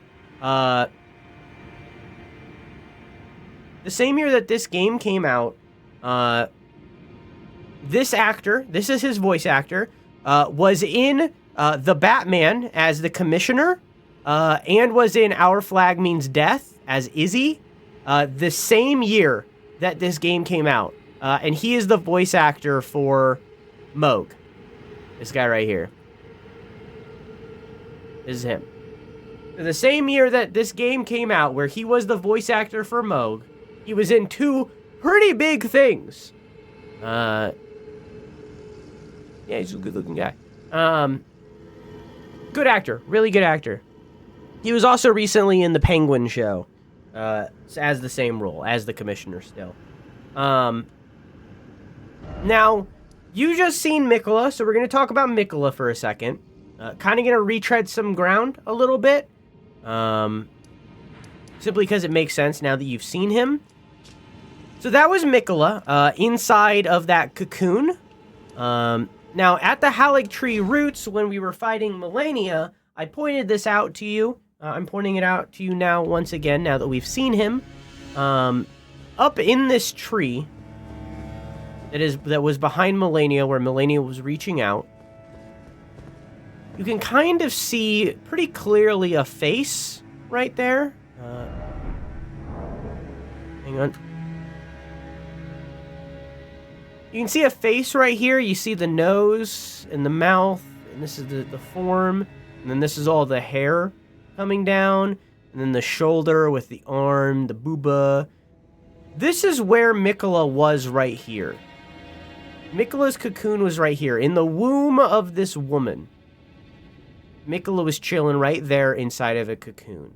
We'll talk more about why he was in that cocoon in a hot minute here.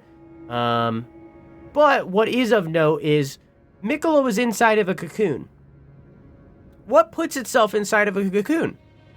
Moths and caterpillars. Caterpillars turn into butterflies. What did his sister turn into during that fight? She had massive wings with butterflies forming around them. What resembles these children? What have we been finding around the map that calls back to these children's existence? We've been finding the nascent butterfly and the Aeonian butterfly, also the smoldering for Milena. We've been finding these butterflies. He's inside of a cocoon. It all kind of ties together. Moths go into cocoon. Yeah, to turn into the moth, they go into a cocoon. I don't know what they're called before they go into that, but you get the idea. So he was inside this womb. It's also said that he was feeding the tree his own blood to make it bloom into a Erd tree. He believed that that would make it into an Erd tree. It doesn't seem to have worked. Either it didn't work, and that theory was incorrect, or because he was ripped from the womb by Mohg, the process was cut short, and he wasn't allowed to transform the tree into a new Erd tree. A long time ago, we fought a boss right here called we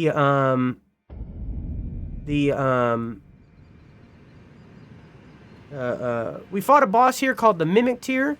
It's one of the most notorious bosses from this video game, and has a lot to do with that new Elden Ring spin-off game that's coming out, the Night Rain game. Mimic Tier has a lot to do with that. You can see Mohgwyn Palace over here. That's where we just were. Oops. So right behind that pillar, I guess, would be Miquella. He's right there. And then this is where we were fighting, in this little arena here. So you can see where Mohg is hours upon hours before you go there.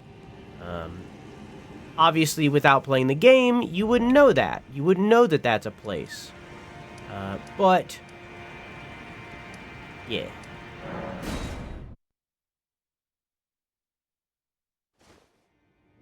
Yeah. Back to it. Oh, the Formless Mother is also an outer god, by the way. I said that. There's also another outer god, but in italics, because we don't necessarily know that it's an outer god. It could be something else.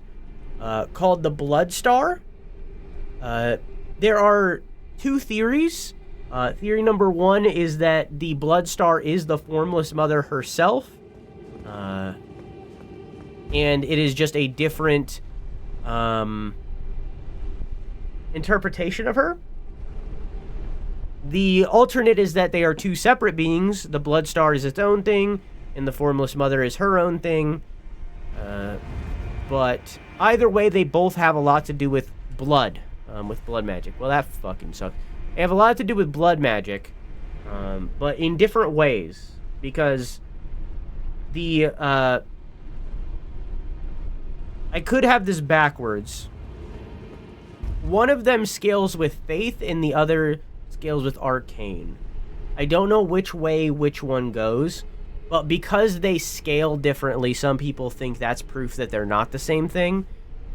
But in the same way, like, you know, there's there's fucking Catholics and there's Methodists. You know what I mean? Like, there's different ways to worship things in real life. There's different things to worship things in game. Like, it's not a confirmation that they're not the same thing. The point is that we don't know. You know? They could be the same thing. Could be entirely different things. We don't know.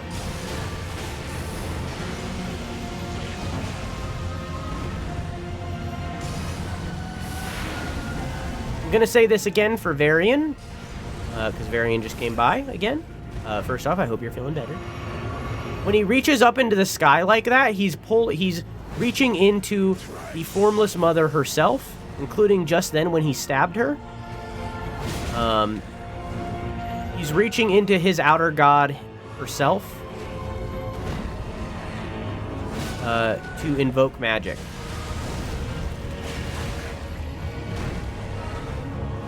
If you look at his design, he has one of the more interesting designs in the game.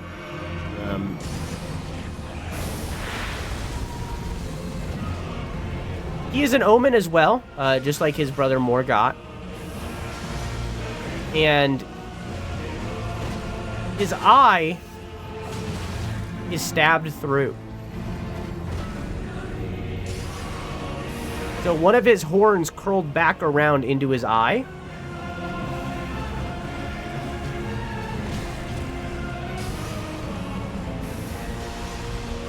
And, blindness has a lot to do in this game with seeing the unseen. So it's possible that happening made it so that he could meet the Formless Mother in the first place. Hey, Creepy, how you doing? What are Mario's overalls made out of? Denim, denim, denim.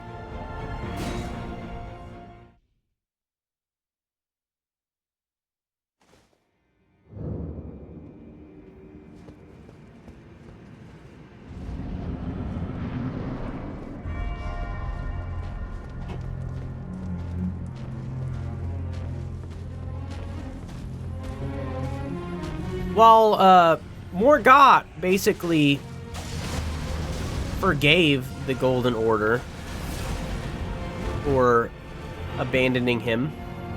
Moog did not. Moog instead abandoned the Golden Order by worshipping Formless Mother.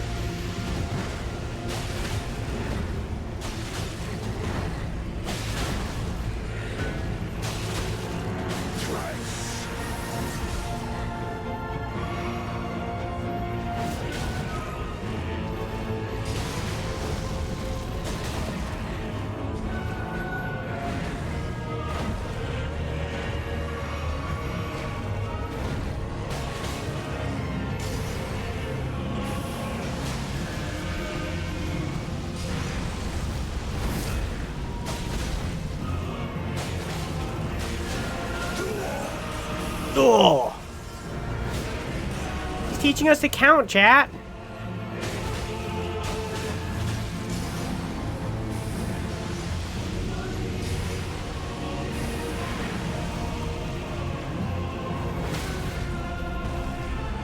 Now I'm gonna stab him right in his horned up eye.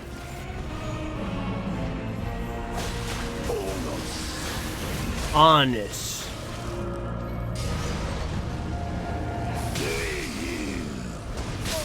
Oh, I forgot about that. Mine and mine alone.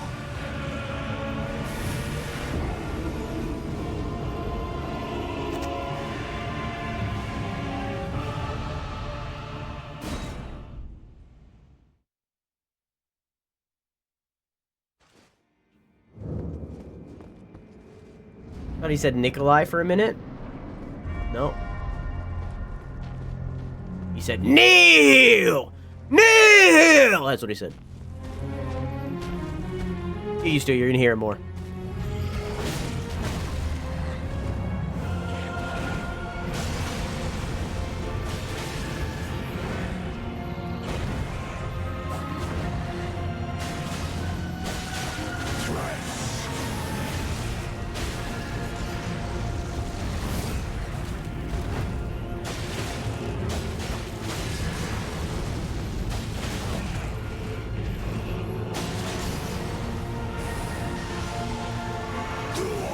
Duel! You can see the rings just, there's now 2 rings around me.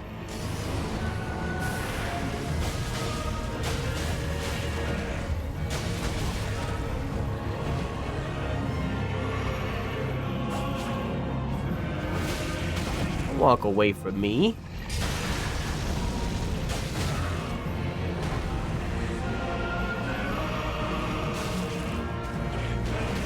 Jesus Christ.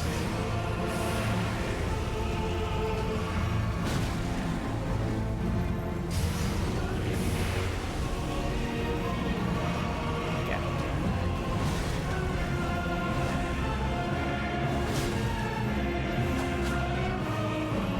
I was expecting him to do the knee heel.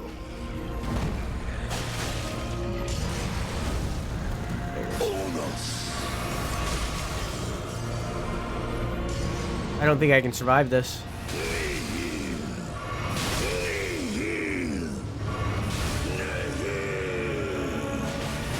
Fuck!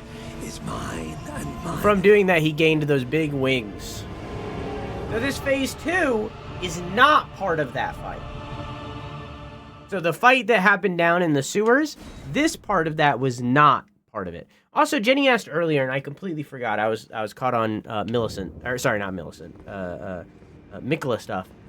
I can't remember your exact question, but I'm gonna answer in the way that I think it was. The reason Moog was down in the sewers is because he was defending the area where we found the frenzied flame.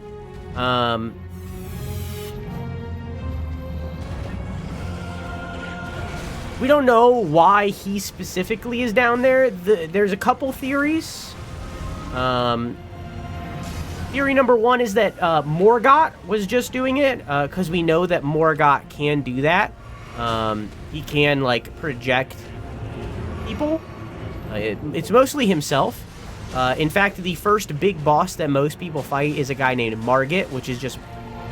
Mikola is mine and mine. Which is just Morgott, but quirky. Sorry. Because he projected himself for that beginning fight that most people do first. He also, where's my brain? He also does this in other places as well. The theory is that he did that, is that Morgott was doing that with Moog's presence to defend that spot. Theory number 2 is that... Jesus Christ. Theory number 2 is that Moog was doing it at the request of his brother, because there is evidence that they do love each other. When we start the intro fight to Morgott, Morgott names every single one of the children of Marika as, like, bad people who went against the Greater Will and the Golden Order, who, like, all did heretical, sinful stuff. But he doesn't mention Moog. He's the only one he doesn't mention. And, of course, Godwin, but he's dead.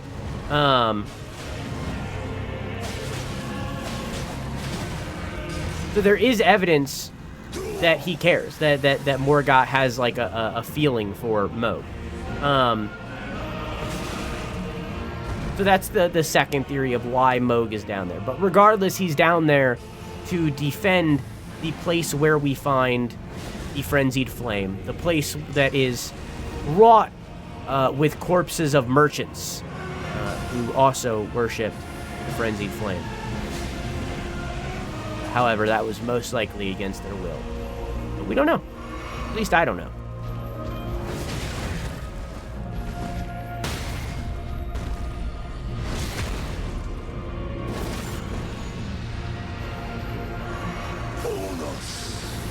Unos. Nihil. Nihil. Nihil. Womp. I'm in much better shape this time. You can see now he can fly and do a bunch of funky shit.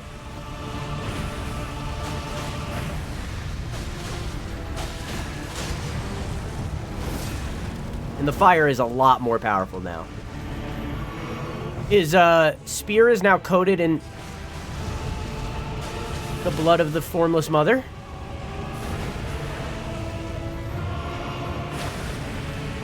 And he never stops. Is mine and mine alone. This game is just a masterpiece. So why the fuck did they make Night Rain? Yeah, Night Rain does not look good. I'm not going to front. Night Rain does not look good, and I'm not confident in it. Am I going to buy it? Probably. Am I going to play it? Probably.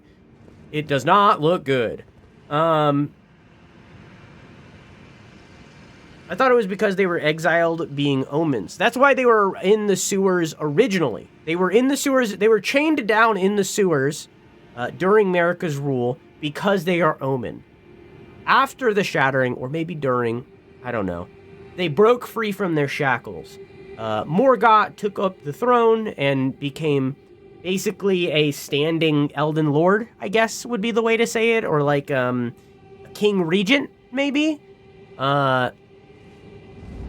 Meanwhile, Mohg fully embraced the Formless Mother and kidnapped Miquella.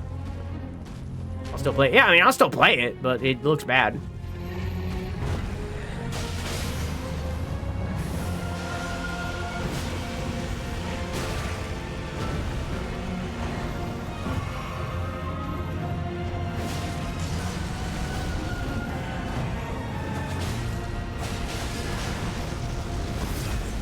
Man.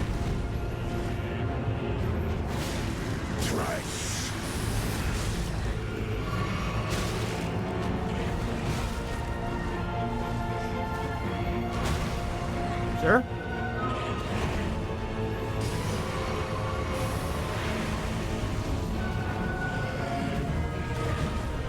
I don't think I added last time. Is mine and mine alone. Taking Miquella is real kidnapping because he is a kid and he is napping.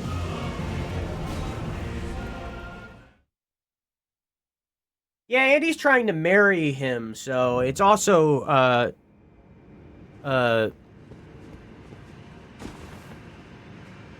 it's also like incest.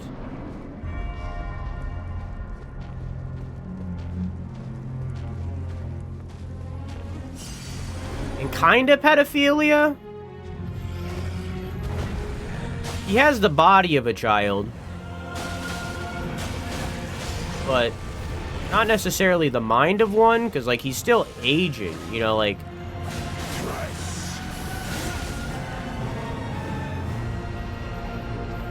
I don't know, kind of a gray area there. But you get the idea.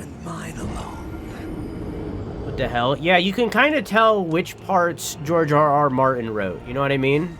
You can kind of tell, like, which parts he did, because, like... Oh, what's that?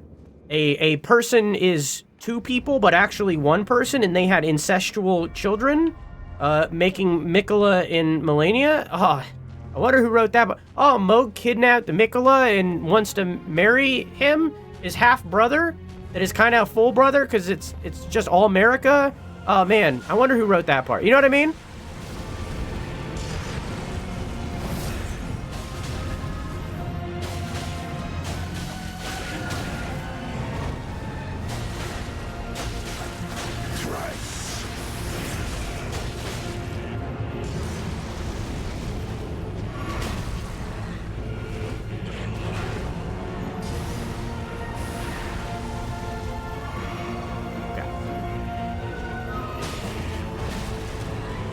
I can jump that. Not that one. Is mine and mine alone. I don't know what that is, but it's pedophilia. I mean, like, it's like, again, it's like he has the body of like a kid, you know. Like, it is kind of like the 5 million thing. Like, he is like a lolly, and that does happen in real life, of like a person forever keeping their like 15-year-old self or whatever, you know, like that happens. Like, is that weird and gross? I mean, like, I don't know. It's, I don't know. I wouldn't. No thanks. I don't want to date a person that that looks like they're fucking 6-year-old. You know, like, that's gross. I don't want that. But there are people that do.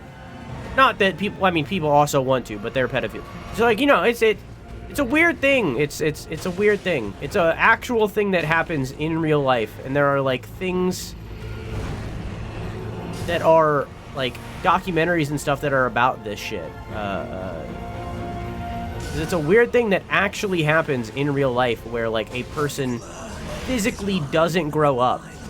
And then they're, like, in a relationship and stuff like that. And it's, like, it's a weird gray area because, like, the person is actually, like, 37, but they look like they're 13, you know? It's, like, it's a weird thing.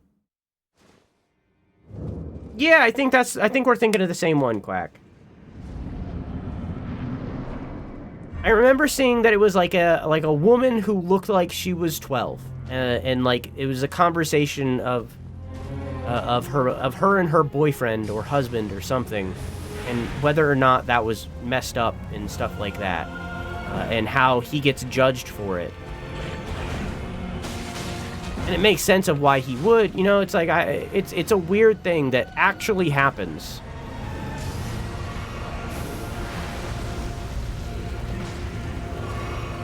But, you know, it's whatever. Point is that Mikola looks like he's 12 or whatever, and is Mohg's half brother, and he wants to marry him so that he can become Elden Lord or whatever. It kind of is weird regardless. Oh, I agree. I mean, I fucking, like,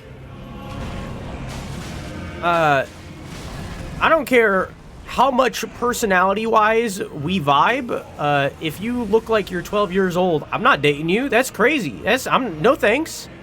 No thanks. Nah, I'm good.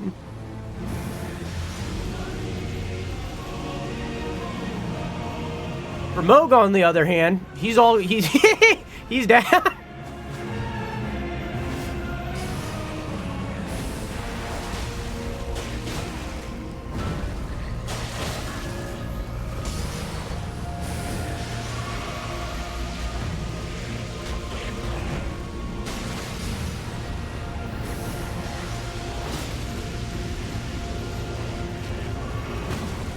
Which, like, I've been saying that, for the record, I have been saying that... is mine and mine alone. Oh, it's more. For the record, just to be, like, clear, I've been saying that Mikola is, like, 12 years old. That's not confirmed that he is, like, physically 12 years old. I want to clear that up. He could be physically older than that. The point is that he's always perpetually a child.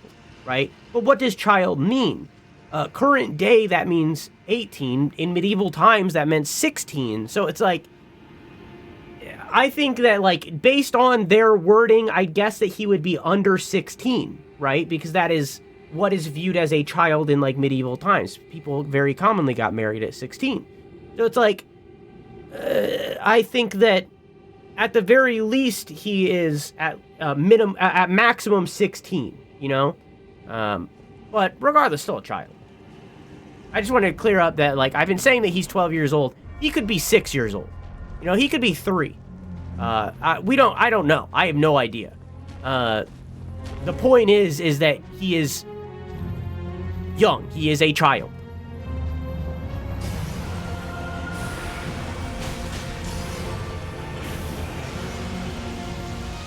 At least physically.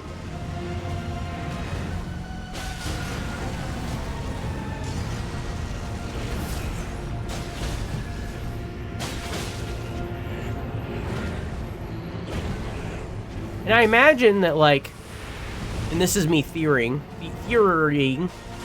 I don't know if they say this anywhere in-game. Is mine and mine alone.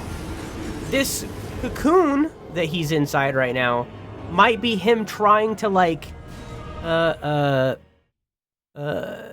necessarily, like, age up himself. That's, like, but, like, you know, like, morph into an adult. You know, it's him trying to, like, grow, turn into his next form. Because, like, that's what a caterpillar does, you know?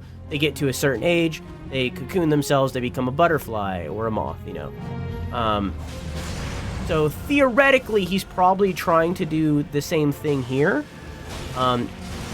He's trying to mature. But it's not confirmed.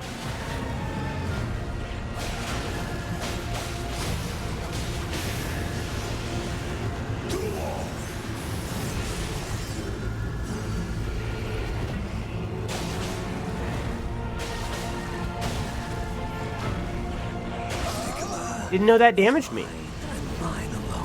I think that was part of the lore, his lore somewhere. I don't think it ever says why he's in the cocoon, at least in the main game. It might in the DLC, but in the main game, I don't think it does. But I think we can very obviously infer that, you know, like, what does when a caterpillar goes into a cocoon, they're maturing into a butterfly. That's a thing that happens to them.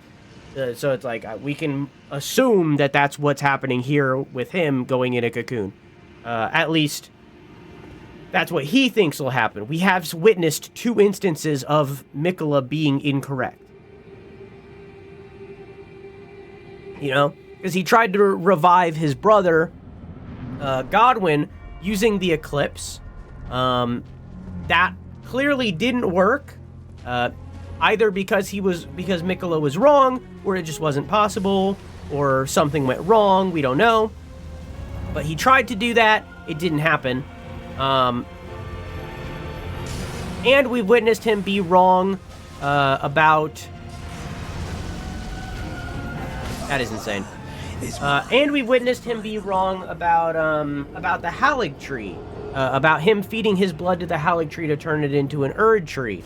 Now, again, we don't know if that's him being wrong or if that's that going wrong by Mohg ripping him out of the Halig tree. So maybe that stopped the tree from becoming an Erd tree. So we don't know if it went wrong or if he was wrong in both of those instances. But regardless, it's something that he attempted to do and failed for some reason.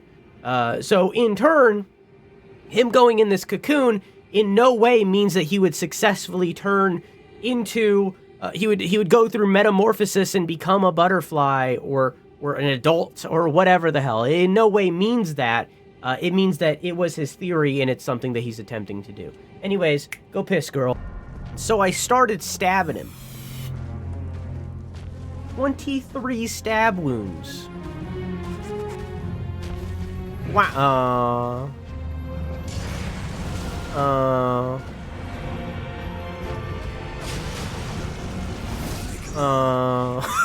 Yeah. And mine alone. Man, I came in with such confidence. Jeez. God damn. All right.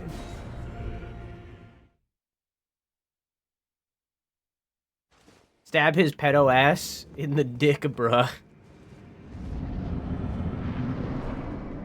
God damn. That's a quote if I've ever seen one.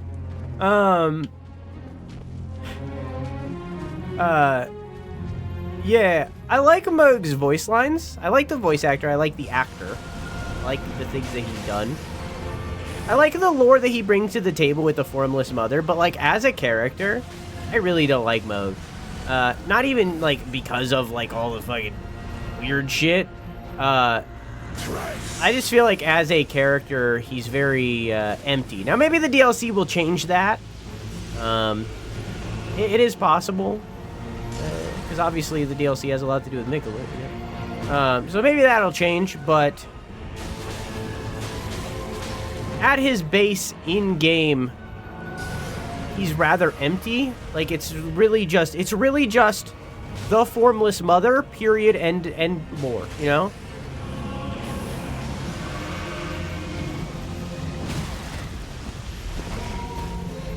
Morgott kind of got all the interesting bits about out of these twins. So, like, out of Marika's children, Mohg is definitely, like, bottom tier for me.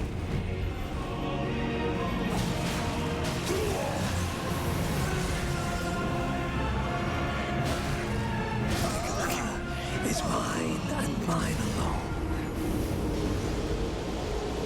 Nicola is mine and mine alone.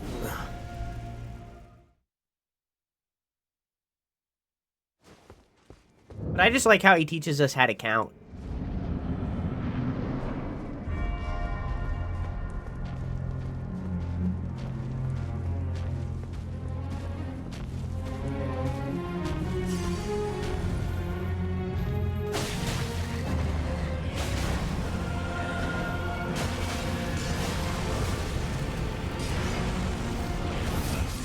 Okay. Is mine and mine alone.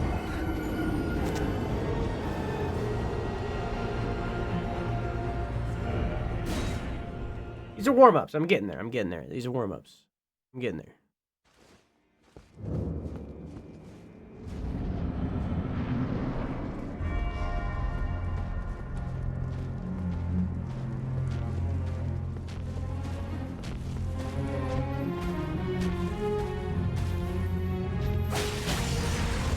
I always dodge that early.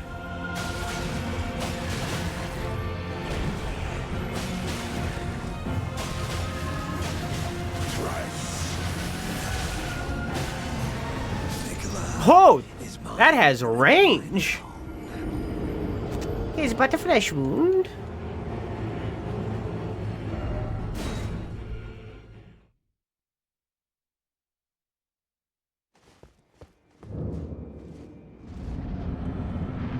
Remember, folks, once I go into that egg or whatever, I don't know, once I enter the DLC, we're not doing crowd control anymore, so get it out of your system.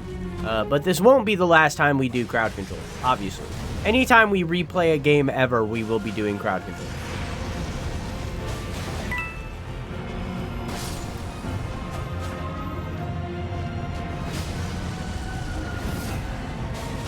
Nicola is mine. Including, like, Dark Souls 1. Whenever we play that game, like, you know, like, it doesn't necessarily mean first game for the channel. It's, like, more so first game for me, depending on the game. Crack my toe. Crack a toe. Good night, Whimsy. Mwah.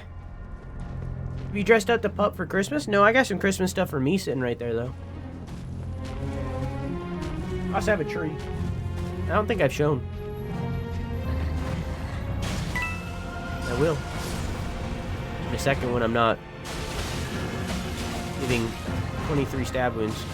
Okay.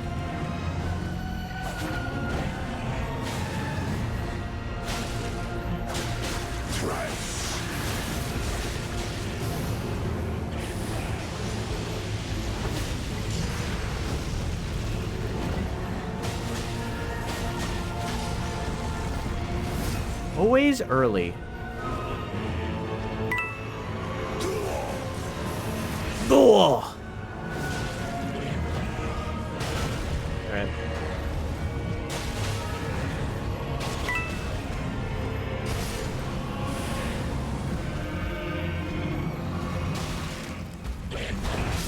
His range is so deceptive. And mine alone.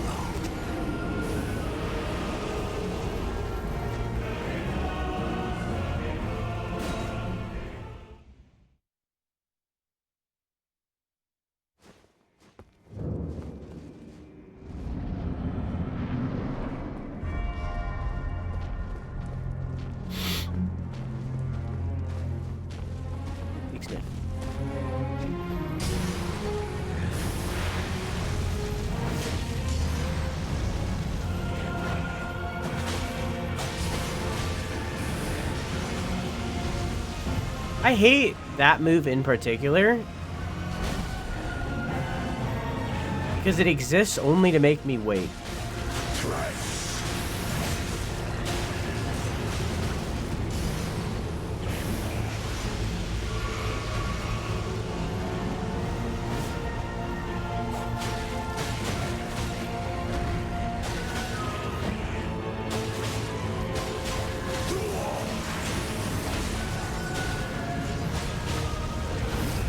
Got it.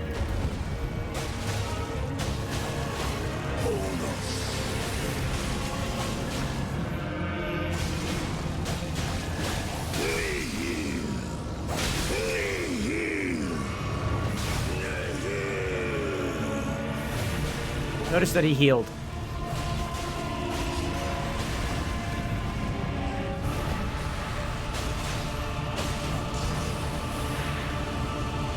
Ooh.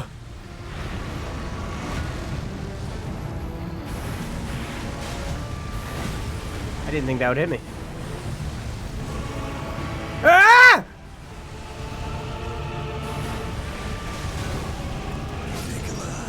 Is mine and mine. This is pretty intense. I didn't think you'd struggle this much with Moog, to be honest, especially after Melania. I raised it back up to New Game Plus 3. I was fighting Melania on Standard.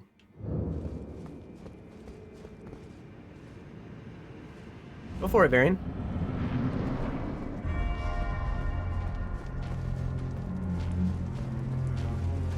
I mean, I'm about to start editing things. Like, this is when I consume the most media, because I'm about to start the editing process with my video. And that's when I consume the most media, is while editing. Be that music or movies, shows, you know.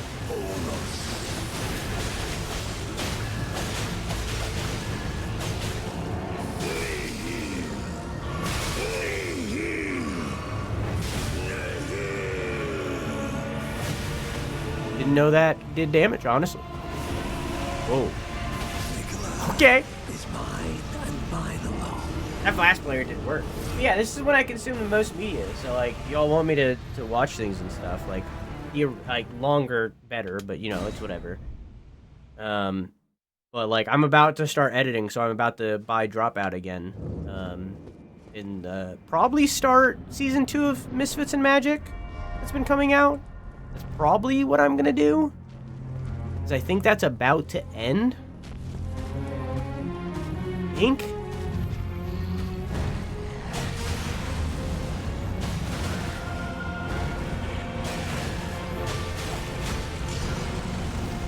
I also maybe instead I'll maybe before that I'll watch the final season of Dragon Prince. It comes out on, I think, the 19th?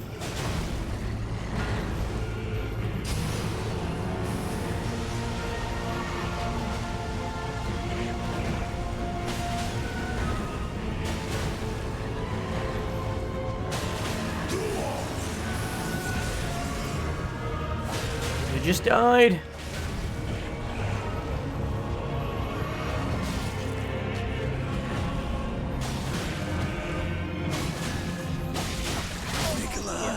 Is mine and mine alone.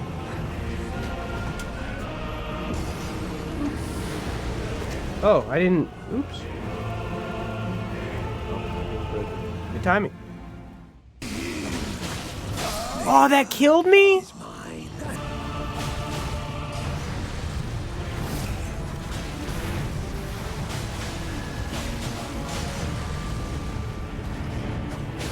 That was new.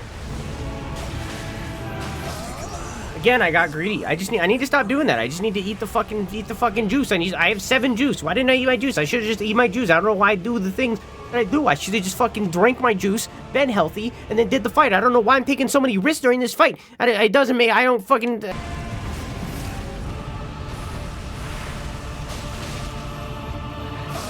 Fuck.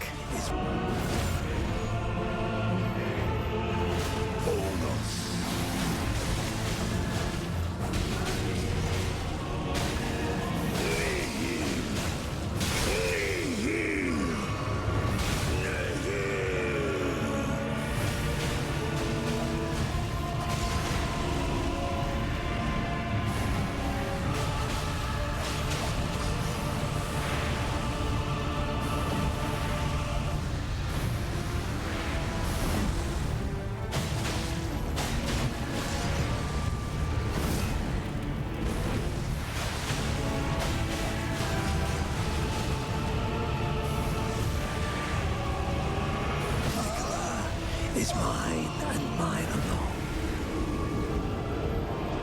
It does that much damage?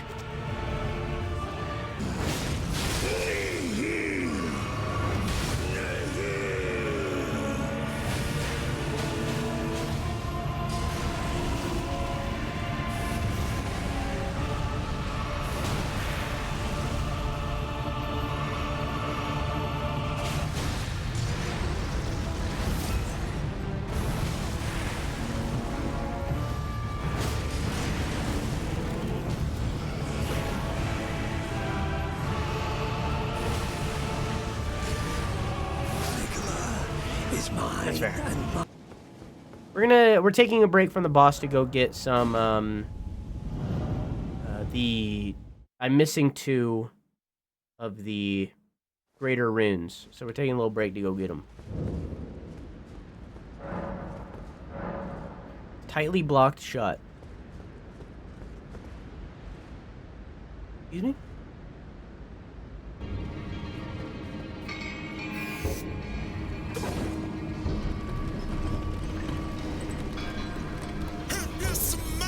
There's a thing.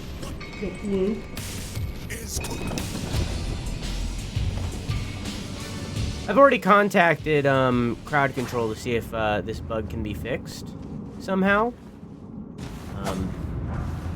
Might not be able to. You will find out.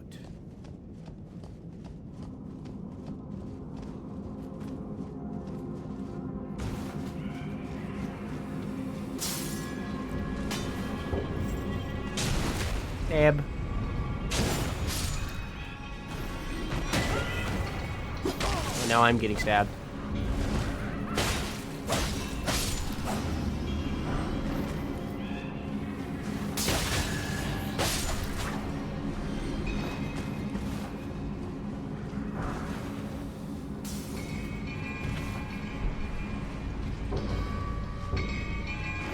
So you can see here, there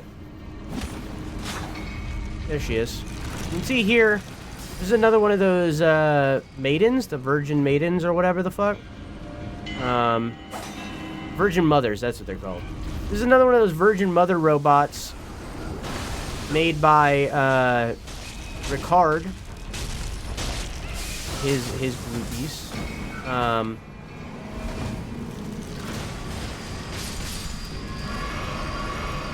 Except this one is utilized by little homies over there by trapping her down in this pit. There's a few times that we witnessed this because the one weakness of these robotic killing machines is verticality. They can't go up. They can't climb ladders. They can't go upstairs. You know, like. It's all like a verticality thing. So a lot of the virgin mothers that we see around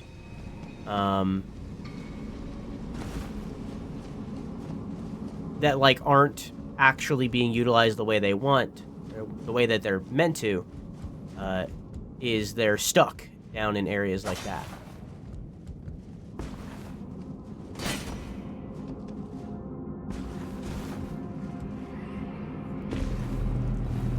Oh, look, it's the little guys who keep spawning.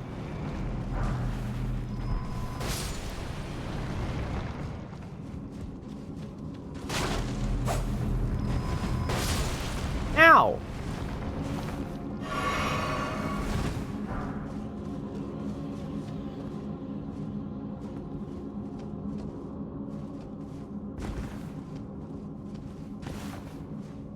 Yoink.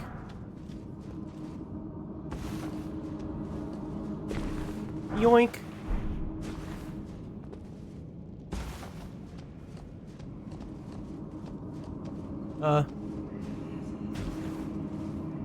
Hello. The little guys. Oh. We won't run a prediction for this.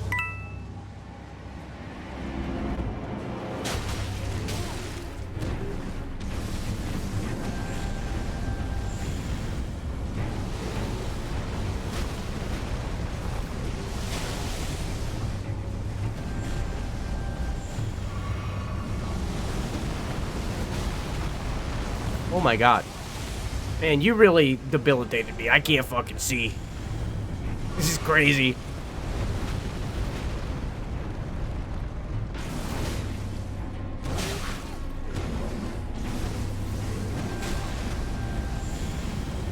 Holy shit, these meteors. Okay, there's the method. Fucking Fox McCloud over here spamming the meteors over and over! Dude doesn't know any other move!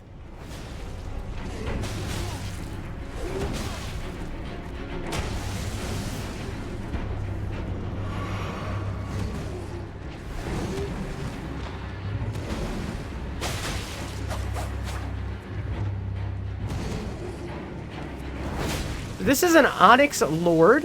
It is an alien who specializes in gravity magic. One of these guys taught Radon how to stop the stars, how to hold the stars in place.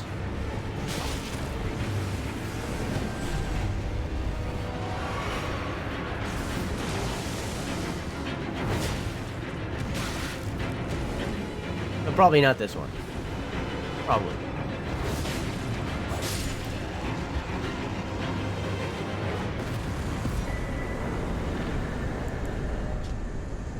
A weapon unique to the Onyx Lords, a race of ancients with skin of stone who were said to have risen to life when a meteor struck long ago. Thrust the armament into the ground and create a gravity well. In addition to dealing damage, this attack sends enemies flying. Actually a really cool sword.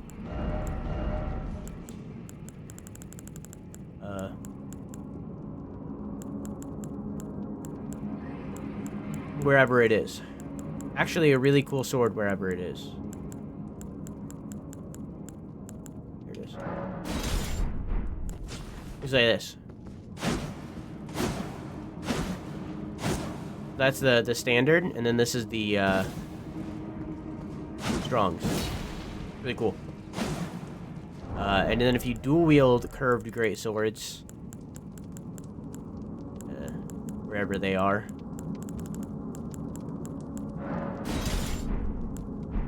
Looks like this. Which is pretty standard. Not that great. But, you know. Can't all be winners.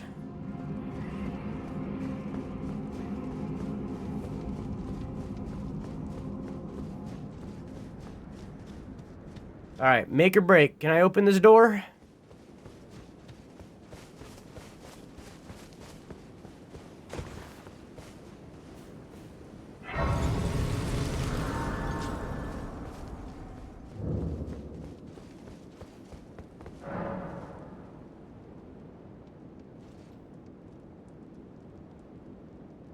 Welp.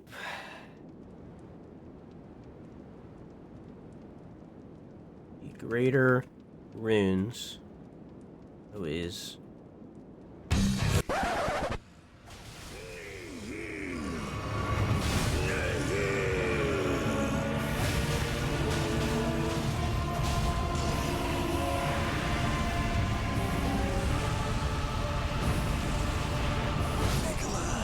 Is mine.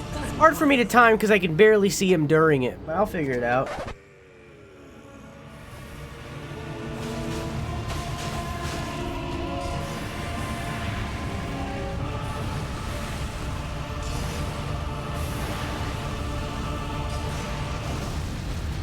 This might kill me. Okay.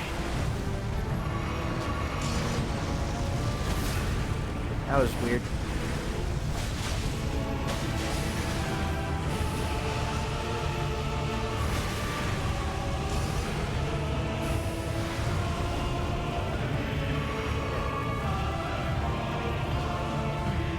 By the power of prawn. You're fucking kidding me, dude. I hate that move.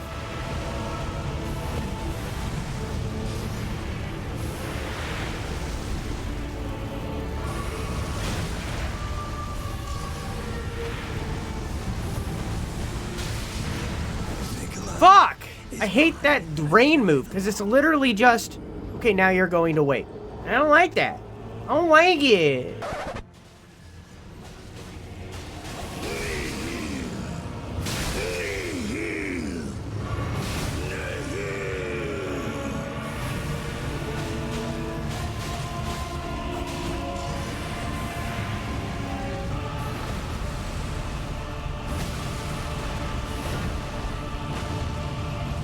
I'm dead.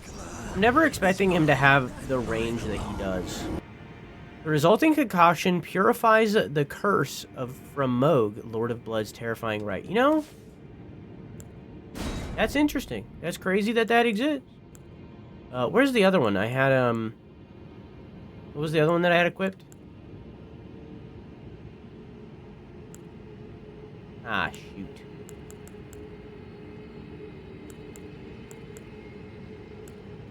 Well. Yeah, I do have a lot of tools that I haven't been using. Shuffle does bring up a good point, because I also have Moog's Shackle that I haven't been using. And if I used that on that one time, I would have beaten the boss. Yeah. Yeah.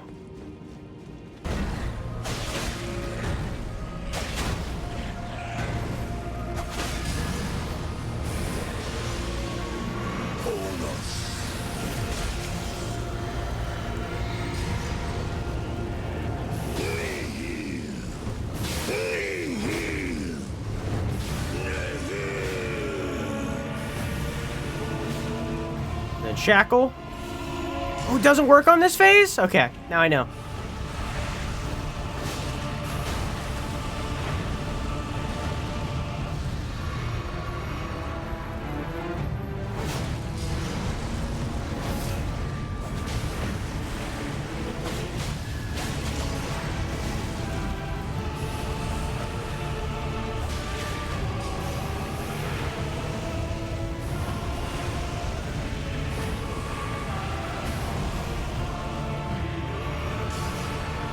You're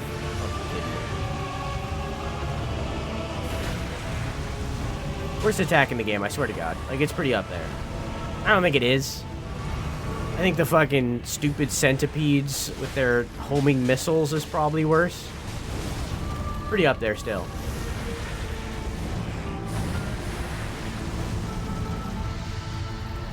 Oh, I'm out of juice. It's fine.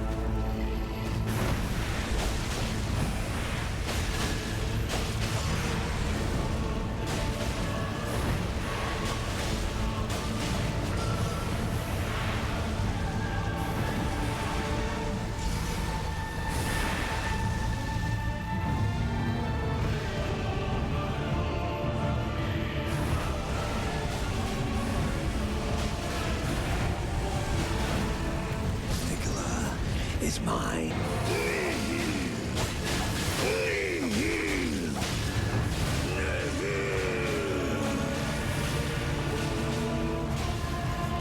Nicola is mine and mine alone.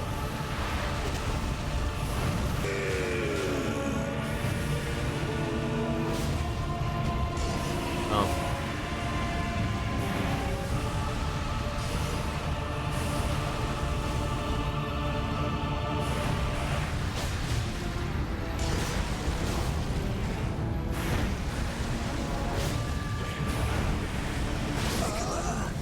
He does so much damage. Actually, increase the death counter by 2. Oops.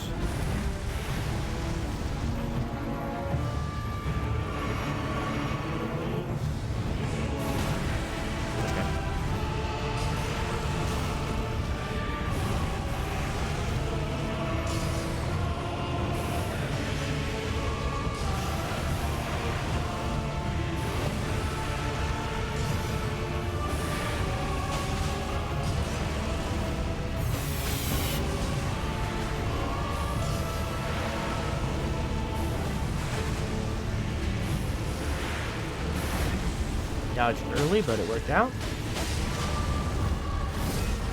That time it did not. That fire almost killed me. I hate this move so much.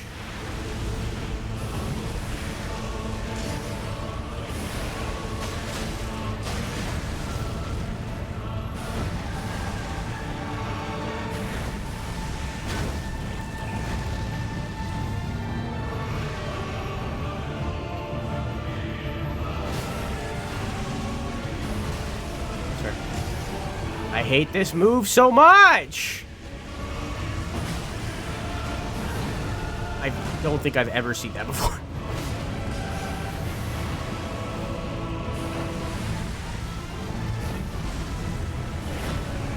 Oh, usually he does the stab. Mine and mine alone.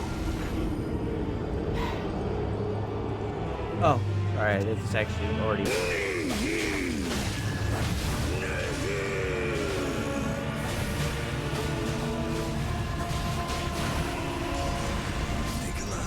Okay. Nicola is mine.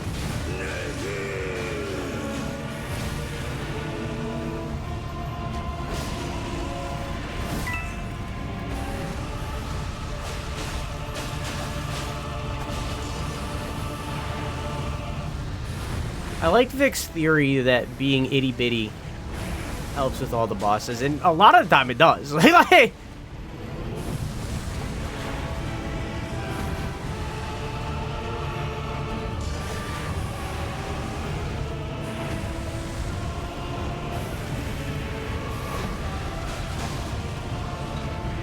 yeah, just on standard game that doesn't. What? Is that death? Oh, I'm good. That's close. On New Game Plus 3, all of these were one-shotting me.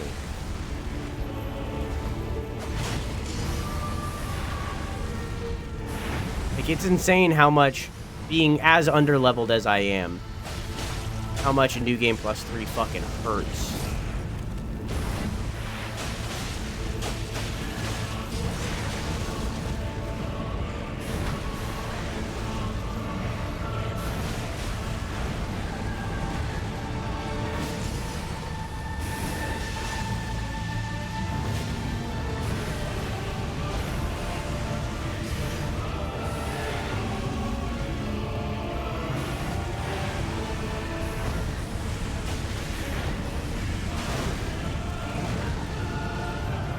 Yeah, I mean, like, the second that I lower it, it's like, I'll refund this, because it wasn't, like, I was on New Game Plus 3. I was on New Game Plus 3 before, and every single one of those hit me. Like, you can tell that, where are my words? You can tell that it was all New Game Plus 3. That's all that was at that point. Like, it took 54 attempts to get there. In reality, if I was just fighting that with, like, properly leveled and stuff, and, like, actually just going without being, like, this weird setup, that would have taken, like, maximum 10 tries. It's just because I am so underleveled for New Game Plus 3, because I'm only level 152 when you're meant to be, like, in the 300s or something, that, like, I couldn't survive anything, you know? Wishing to raise Miquella to full godhood, Moog wished to become his consort, taking the role of monarch. But no matter how much of his bloody bedchamber he tried to share, he received no response from the young Empyrean. What is a lore through? Are you trying to learn the lore from playing the game? A lore through is, I know everything except for the DLC. I know everything. Like, just about. Like, obviously, there's probably some holes in there. It's a very massive game. But, like, I know everything. So it's me playing the game. I'm basically a tour guide. I'm being a tour guide. I'm giving you guys a tour of Elden Ring. That's how you start the DLC, so I'm not walking towards him. I'm not talking to him. That will be next time we play Elden Ring. Not today. But yeah, that's what we're doing. I'm basically being a tour guide for the entirety of Elden Ring. You can watch all the VODs, by the way, ! VODs. They're all there on that YouTube channel. I do editing on them and everything actively. Like, we've been streaming for 6 hours right now. The VOD's 2.5 hours long. Like, oh, I went the wrong way. Do a Hollow Knight lore through before Silksong? I did. I did that. It's old. It was like 2020. Has face cam, but it was like 2020 or something. But I did do that. So why did my teacher betray me? I forget his name. Gideon? If I recall correctly, it's just because he wants to be Elden Lord. He's another Tarnished. He wants to be Elden Lord. So he fights you to become Elden Lord. With the goal to become Elden Lord. Yeah. I have a question. What's up? Trident of Mohg, Lord of Blood, a sacred spear that will come to symbolize his dynasty. Devi, how do you feel about spears in games in general? As well as serving as a weapon, it is an instrument of communion with an outer god who bestows power upon cursed blood. The Mother of Truth desires a wound. Blood boon ritual. Raise the sacred spear and pierce the body of the formless mother. Stab out to 3 times, creating explosions of blood with each thrust. Thrust arm into the body of the formless mother and then scatter the blood flame to set the area ablaze. The Mother of Truth craves wounds. When Mohg stood before her, deep underground, his accursed blood erupted with fire, and he was besotted with the defilement that he was born into. He stayed the mama. Now. Hang on, one more thing. We also have this, one of the cooler outfits in the game. Attire of Mohg, Lord of Blood, embroidered with extravagant gold emblem on black cloth. The dress of a luminary, the reigning lord and hierarch of the coming dynasty of Mohgwyn, or perhaps a raving lunatic. You can kind of see, one of the cool things about this gear is you can kind of see the parallels between these two. They're very much like the same, not the same, but they're the same vibe of like a shape and style. Obviously, this is like noble. This is peasant. Once again, an example of twins being 2 sides of the same coin. Yeah.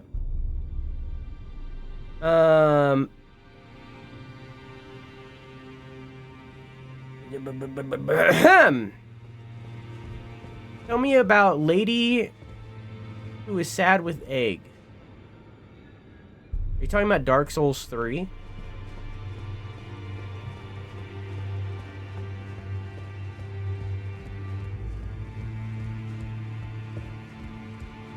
Lady who is sad with egg. About the Lord of Blood's cocoon. Oh, Renala, you're right. Already, there's a lot there. So Miquella was with the Lord of Blood after all. That is some fine intelligence indeed. With it, the final clue has been brought into the light. One of the last few pieces of the round table.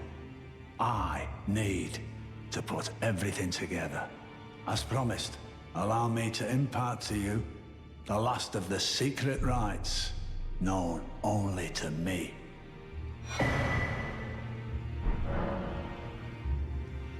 Oh, so that's where the so-called Lord of fitting little...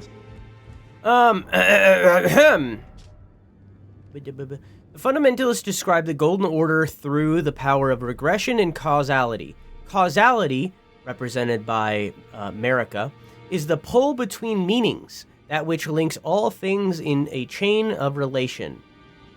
And regression is Radagon. Renala was married to Radagon, the second Elden Lord. When Radagon divorced her to marry Marika, it broke Renala's heart, and in turn, she is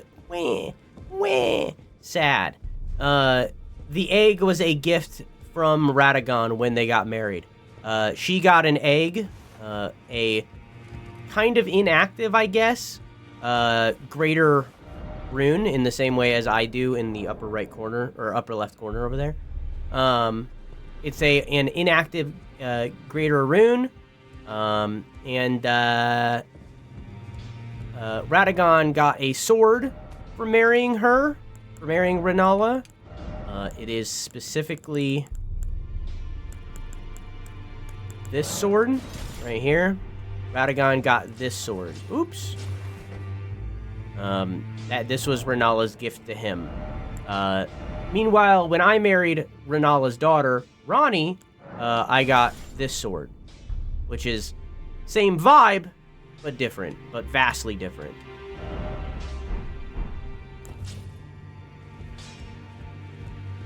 Yeah. Yep.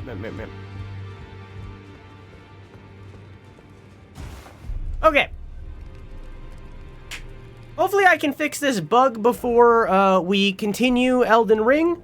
We're going to take a minor break from Elden Ring. We have at least a couple games to get through. We're going to do Greece and I think a game called Europa, maybe. I need to look up how long that is before we return to Elden Ring. Next time we play Elden Ring, we will be starting the video. The vibe of this playthrough is about to change. So throughout this playthrough, not that Europa, different Europa, Ace. Throughout this playthrough, we've been doing a lore through where I'm going through and giving you a tour of the story and what's going on and everything and how everything connects. That's what we've been talking about this entire playthrough for the last, I don't even know, 140 hours or something like that. For the last 158 hours, that's what this playthrough has been. It's been us going through and talking about the story of Elden Ring. This is the end of that. We will return to this eventually after the DLC, but for a long time, this is the end of that. We are good. Next time we play Elden Ring, we are going to start the DLC. This is no longer a lore through. This is now going to change into a first playthrough. Because I've never touched the DLC. I only know like 2 bosses that are in the DLC, and I don't know the context behind them. I don't know anything. So this is changing. Next time we play Elden Ring, it goes from a lore through to a first playthrough. I'm going to be reading so much more than I was. I'm going to be piecing together the lore. So rather than giving you a tour of the lore, we're going to be reading all of the things and trying to figure out what is going on and how it ties in to everything. That will be the next time we play Elden Ring. So, this is going to be a break from this second playthrough. For those of you watching the VOD, thanks for watching. Love you. Mwah!